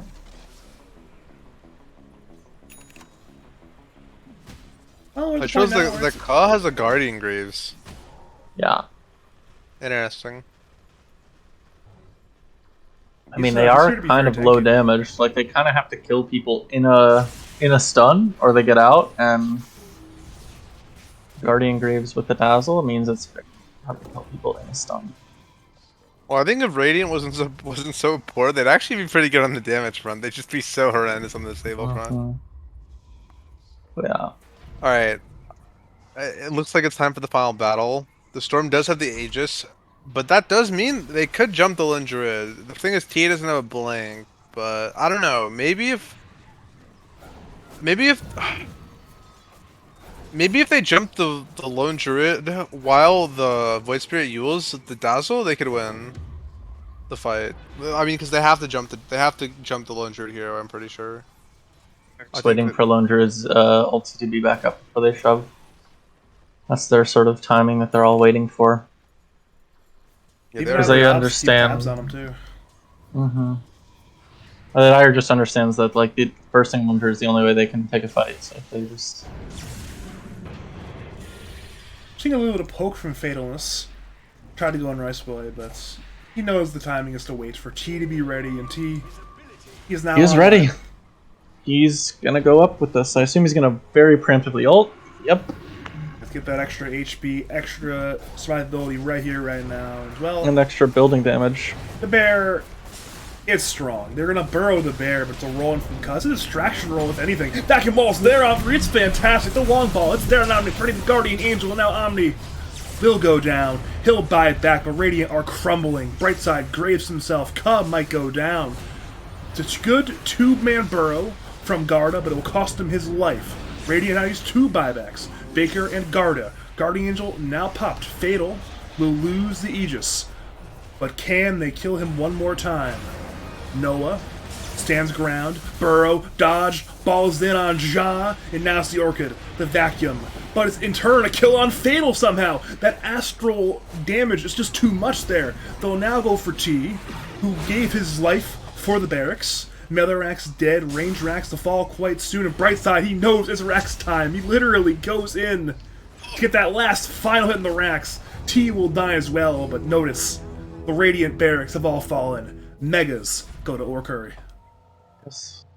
They've got to go now. There's no bear for 84 seconds, even if he buys. They can't take anything. Yeah. They can't take a Rax off this. I mean, let's think about how they are dealing with Megas. They have a Sand King, which is good. They have a They have Void TA. Spirit, which is meh. I mean, TA is good. Their supports suck at dealing with the waves. So Yeah. this is pretty rough Mega game. They have two cores who are really good. They have one core who's okay, and then they have two supports who are totally worthless at dealing with Megas. Yeah, Smack's best bet is to take the ancient creeps for himself. And he gets them, you know. He got the His mega melee 1.6 creep. KHP mega melee creep, yeah. Look at this thing, it's literally 150 damage with this Ench thing. Yes, that's true. I think they need to feed Ench experience so that Ench can get it affects Ancients, right? And then she could take a Black Dragon. Well, bot lane, it's a big jump on Garda, and I believe Garda has no buyback. Yeah, Garda has no buyback. It's still on cooldown from the last fight, and... Well, Oh, TA has a Ray he has Pyrkit, bad. by the way. That's actually, I mean, that's an avenue for success. See that? And she'll have it in 600, but I'm not sure if they're gonna have much time. They might just go with Sand King being down. Yeah, the TA really could use this. Oh, Rapier. she's gonna go for this bottom wave and probably get ganked on it. They're gonna jump her on the mid wave. Because she can sell her wand for it. Long range roll does not hit. Dodged by Force Staff. Rice Boy. Never mind, nothing happens. Oh, there's a big top wave. There's a big top wave. Go. Big top wave TA. Don't take Yeah, it, just Rice hit the Boy. creeps. She'll take bottom and... I Alright, mean, so this is, Dire Rapier. probably won't go. Oh no, don't move your courier now. Rapier is still 100 gold away. Dire, they're smoked up, literally walking into the Radiant base at this point. So there might just not be enough time for the Rapier. The TA has the gold to send in the crow. Alright, Demon Edge. It's been bought. We are locked in. It is the all-in defense. Down Megas. Tournament life on the line. Game 3. Winner take all. He's not bringing it fully, or she is, yeah. Divine. I lost in a similar circumstance to the Smack team, actually. Like, really similar. Whoa, The Smack team had... Noah. You guys saw from Noah, right? That was a little bit, a little deep. That was spicy. Honestly, kind of surprised that they didn't try to go on him there. I guess they're just too terrified. I'm sure they thought that somebody has behind him, but no, instead it's Fatal jumping Rice Boy in the mid lane. The normal punch is a lot of damage, in comes the two-man burrow, and now Templar Assassin does the damage. He double jumps. Ka will drop. So it's Ka dead and nobody else dead. Save from the Omni Knight. He has the big cast range from Psychic Headband Aether Lens. If we ever get to a point where TA gets like an Ags as well, like they could get outside their base. Like, yeah, it's. I mean, we're still far. scary in the storm. It's still scary in the storm, but Sure, but I'm just saying, you know, it's possible. does give options. If you see the I'm storm looking showing, for how Radiant can win this game. Okay. Yeah, no, I see. I kind of see like a hex from Fatal someone. is in and out. I think Rice Boy needs to go Hex instead of an E-Blade. I don't think damage is their team's issue. He could go something like a Lincoln's or like SNY bots and just like try to be like a total psycho on waves. That's another option. Because I don't really know if I think the biggest issue is that they want to keep their waves on their base because like they want to be in a position where they can get waves out, like in the near future. Because whenever Roshan respawns, like they can't have all the waves to their base. They'll lose. At least I think they will. I mean, who knows at this point. Yeah, they're definitely taking their sweet time. You know, right now they're saying, you know what, we can be here all day. I mean, we're up Megas. We have no need to do anything at this point. We can wait for perhaps the third Roshan, which, hey, it's been 8 minutes since the second Roshan. If they want to just camp out the pits, they're farming more of the map, kind of. They're actually not farming that much considering the fact that they have literally like they're kind of all like Yeah, they're all staying in like between. I don't know. They're farming like the triangle and then like 2 camps in the. Maybe it's tier 4 neutrals plus Roshan. They've claimed the tier 2s. They have Flicker and Stormcraft. Radiant, of course, have no tier 4 neutrals. So maybe it's that spike. It's like, alright, we get the tier 4 neutrals, we get the Roshan, we'll get the cheese, we'll get maybe a shard or a free Ag's blessing, and then we'll be just that much stronger, that much further ahead than them. It's not like You Radiant can can be the see best how anyways. much the Dire just does not want to lose this game more than they want to win this game. Yeah, Dire is really like surprisingly. I guess they're just waiting for Roshan, honestly. Yeah. I don't know. Like, the thing is, like now they're getting more gold. They're farming more of the map now, which is good. But like, Dire wasn't really taking advantage of the fact that they had the entire map to farm, and this TA did get a crit stick in this time. So, I don't know. TA. It's always a spooky one. I'd say you know how much time they've been waiting. I mean, Ja had like half a rapier when all of Dire respawned from dying for Megas, and now she has a rapier, a Crystallis, and most of a Daedalus. I mean, it's more like half a Daedalus, but still, that's a lot more money than she had previously. Oh man, it is Like a third of a data. Sorry, Brad. Let's I mean, She has 1,200 gold in the crit is like. Yeah, it's Oh literally well, more than I was like thinking that. of Counting only, the crit? like, never mind. I was thinking of just the No. fact that they had the Crystallis. That's like 65% of the way there. It's more than a third. I thought, well, since the way you listed it, it was she finished the rapier and a chrysalis and most of the data. So like, Yeah, most stuff was probably the wrong word, but actually it has a lot of gold towards the Daedalus. But regardless of this point, Words don't matter. What matters is that third rush shot. It is the Aegis, the cheese, and that Aghanim's blessing upgrade. Let's see where everything goes. You give Ags a T, you can never lose the game, right? They're gonna give it to Storm. They give it the Fatal, so it'll be the I Aegis think this is and the good. Axe Yeah. Fatal. I don't mind this call at all. I mean, they had two really good Ags carriers, but I think they want the Storm just to have the Yeah. this could be an easy way to win the game. Like Storm gets like a 3-man zip, 3-man vortex, and they win off that. Yeah, Storm's like surprisingly low level for it He being kinda 40 is. minutes into the game. Honestly, everybody's so low level. Here we go. Jump on Ja. Fatal is silenced in one. Oh ooh, my! one The life. Aegis is gone instantly. Instantly demolished. In Oh, comes back the wall. Bears They're did it. on 3. Fatal jumps in. Ja is there, being jumped on by Ka, but Ja has his BKB once again. T4 goes down. Asses Garda, he'll buy back. Dire are backing off temporarily. Burrow comes in on Lone Druid and his bear. Vortex comes in, is there on one here, but there's a 3-man silence from Void Spirit. Void Spirit tries to turn the fight, but Ja goes down. The Rapier is on the floor. Radiant, they're trying desperately, but they're collapsing, and the throne is as well. Everyone's buying back, but the Vortex delays. Lone Druid hits, and Or Curry will be moving on to the next round. Wow. They gave it their all. They gave it the old college try. That Ench was actually walloping the bear in the last fight.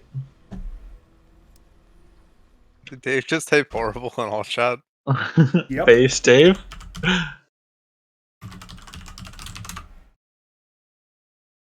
Based. Wait, his name's also Dave? Huh? Is Sensei Raven's name also Dave? Yeah. Yes. How many? I get why now. Aurora's Big Dave.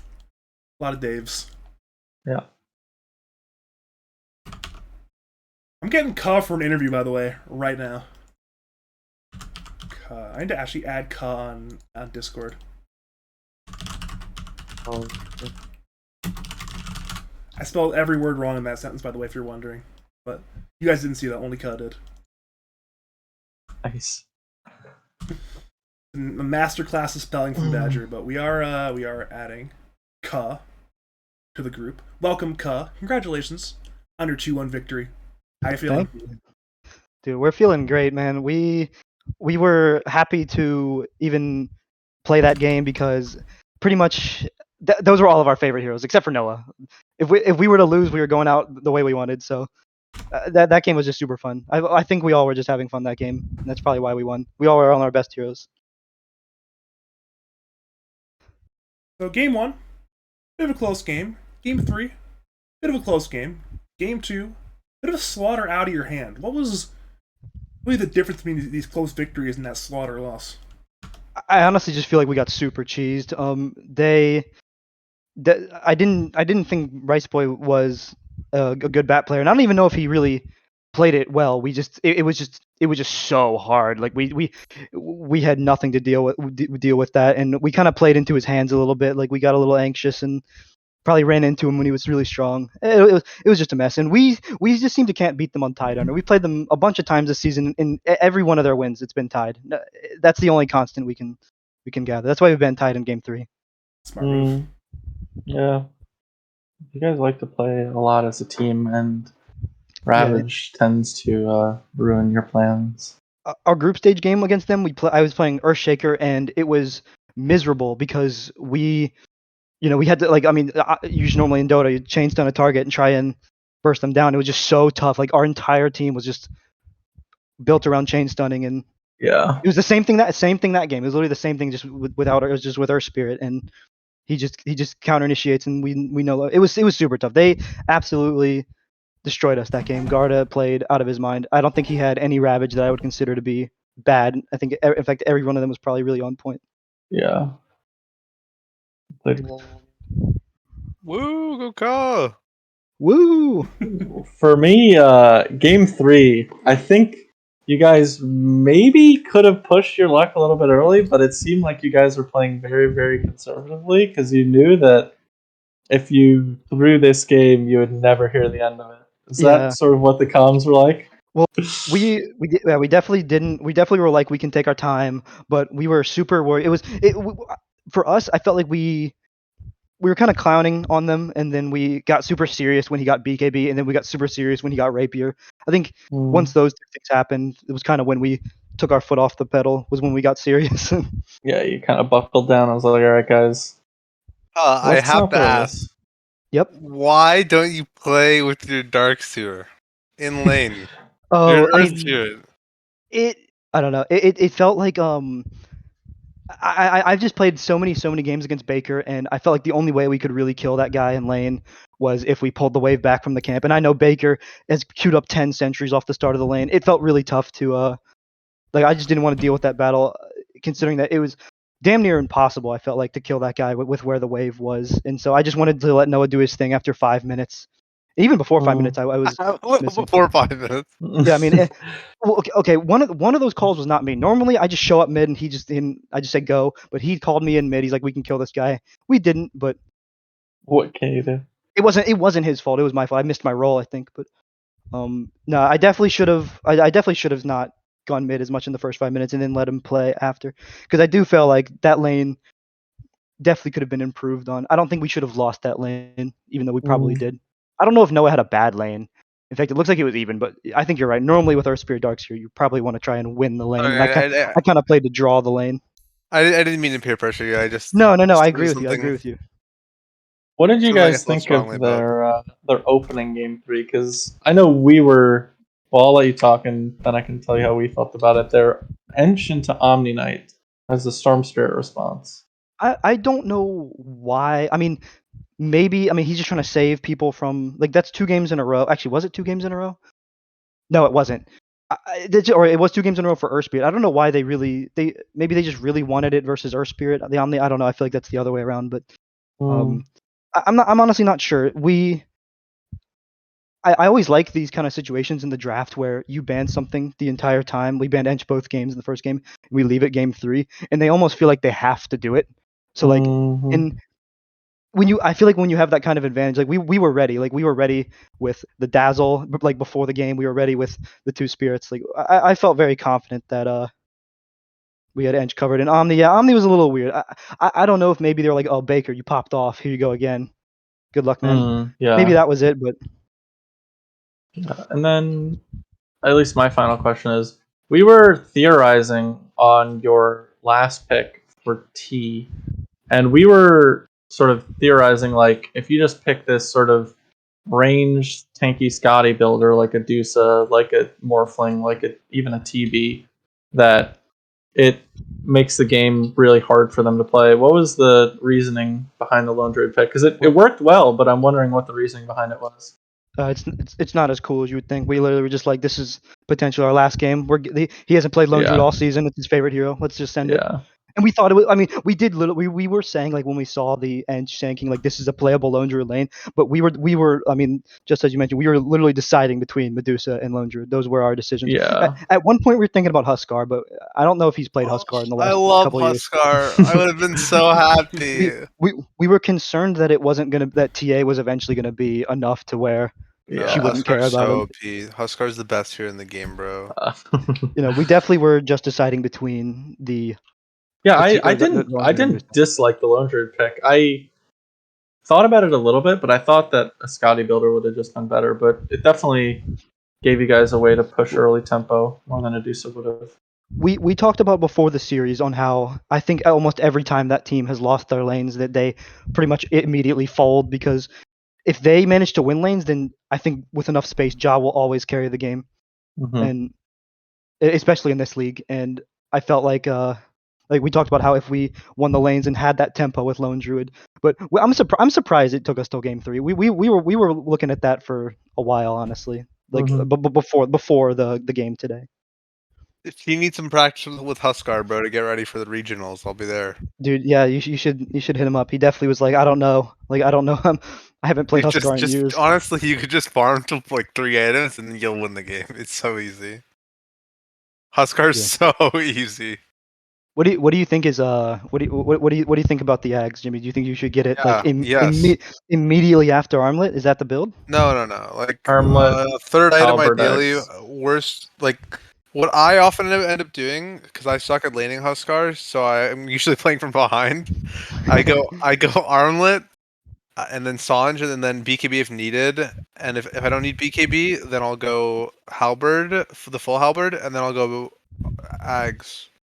But like, oh my god, Huskar's so OP. This is how we know the conversation is going off the rails Yeah. entirely. Nah. Sorry, Huskar Ag we're from the game. conversation. Huskard. And Sorry, I'm sorry. I just I'm gonna I hear I'm gonna Huskar. reel it back in real fast. I heard Huskar. I'm like, oh god, what have we done? But do we have any more Whoops. questions for Cub before we send him off on his merry way?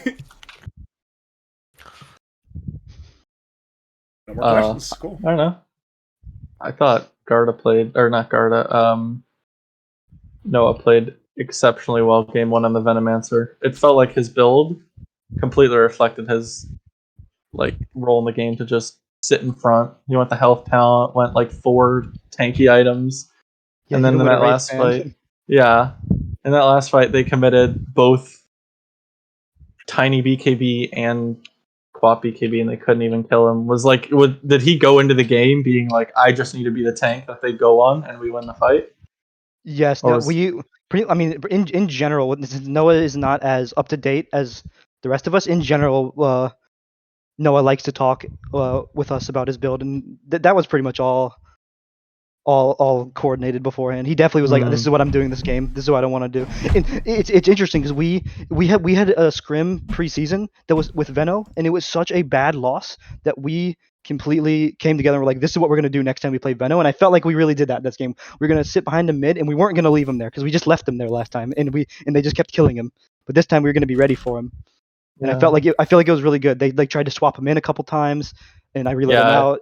Your one Rela save literally killed Rice Boy's game, because that was his Orchid and Sonic Wave, first Sonic Wave with Orchid, and then he also immediately died afterwards because his Orchid was on cooldown, and Fatal just chased him down. It was so game losing for him. Yeah, I think without that scrim, I don't think that game goes as easy as it did. Mm. It was close, but it did feel easy. I don't know if that makes sense, but it was close, but it felt easy. We had a very clear way. We have a very clear path to victory. I felt once I saw that Quap death, I felt the game plan was very simple from you guys.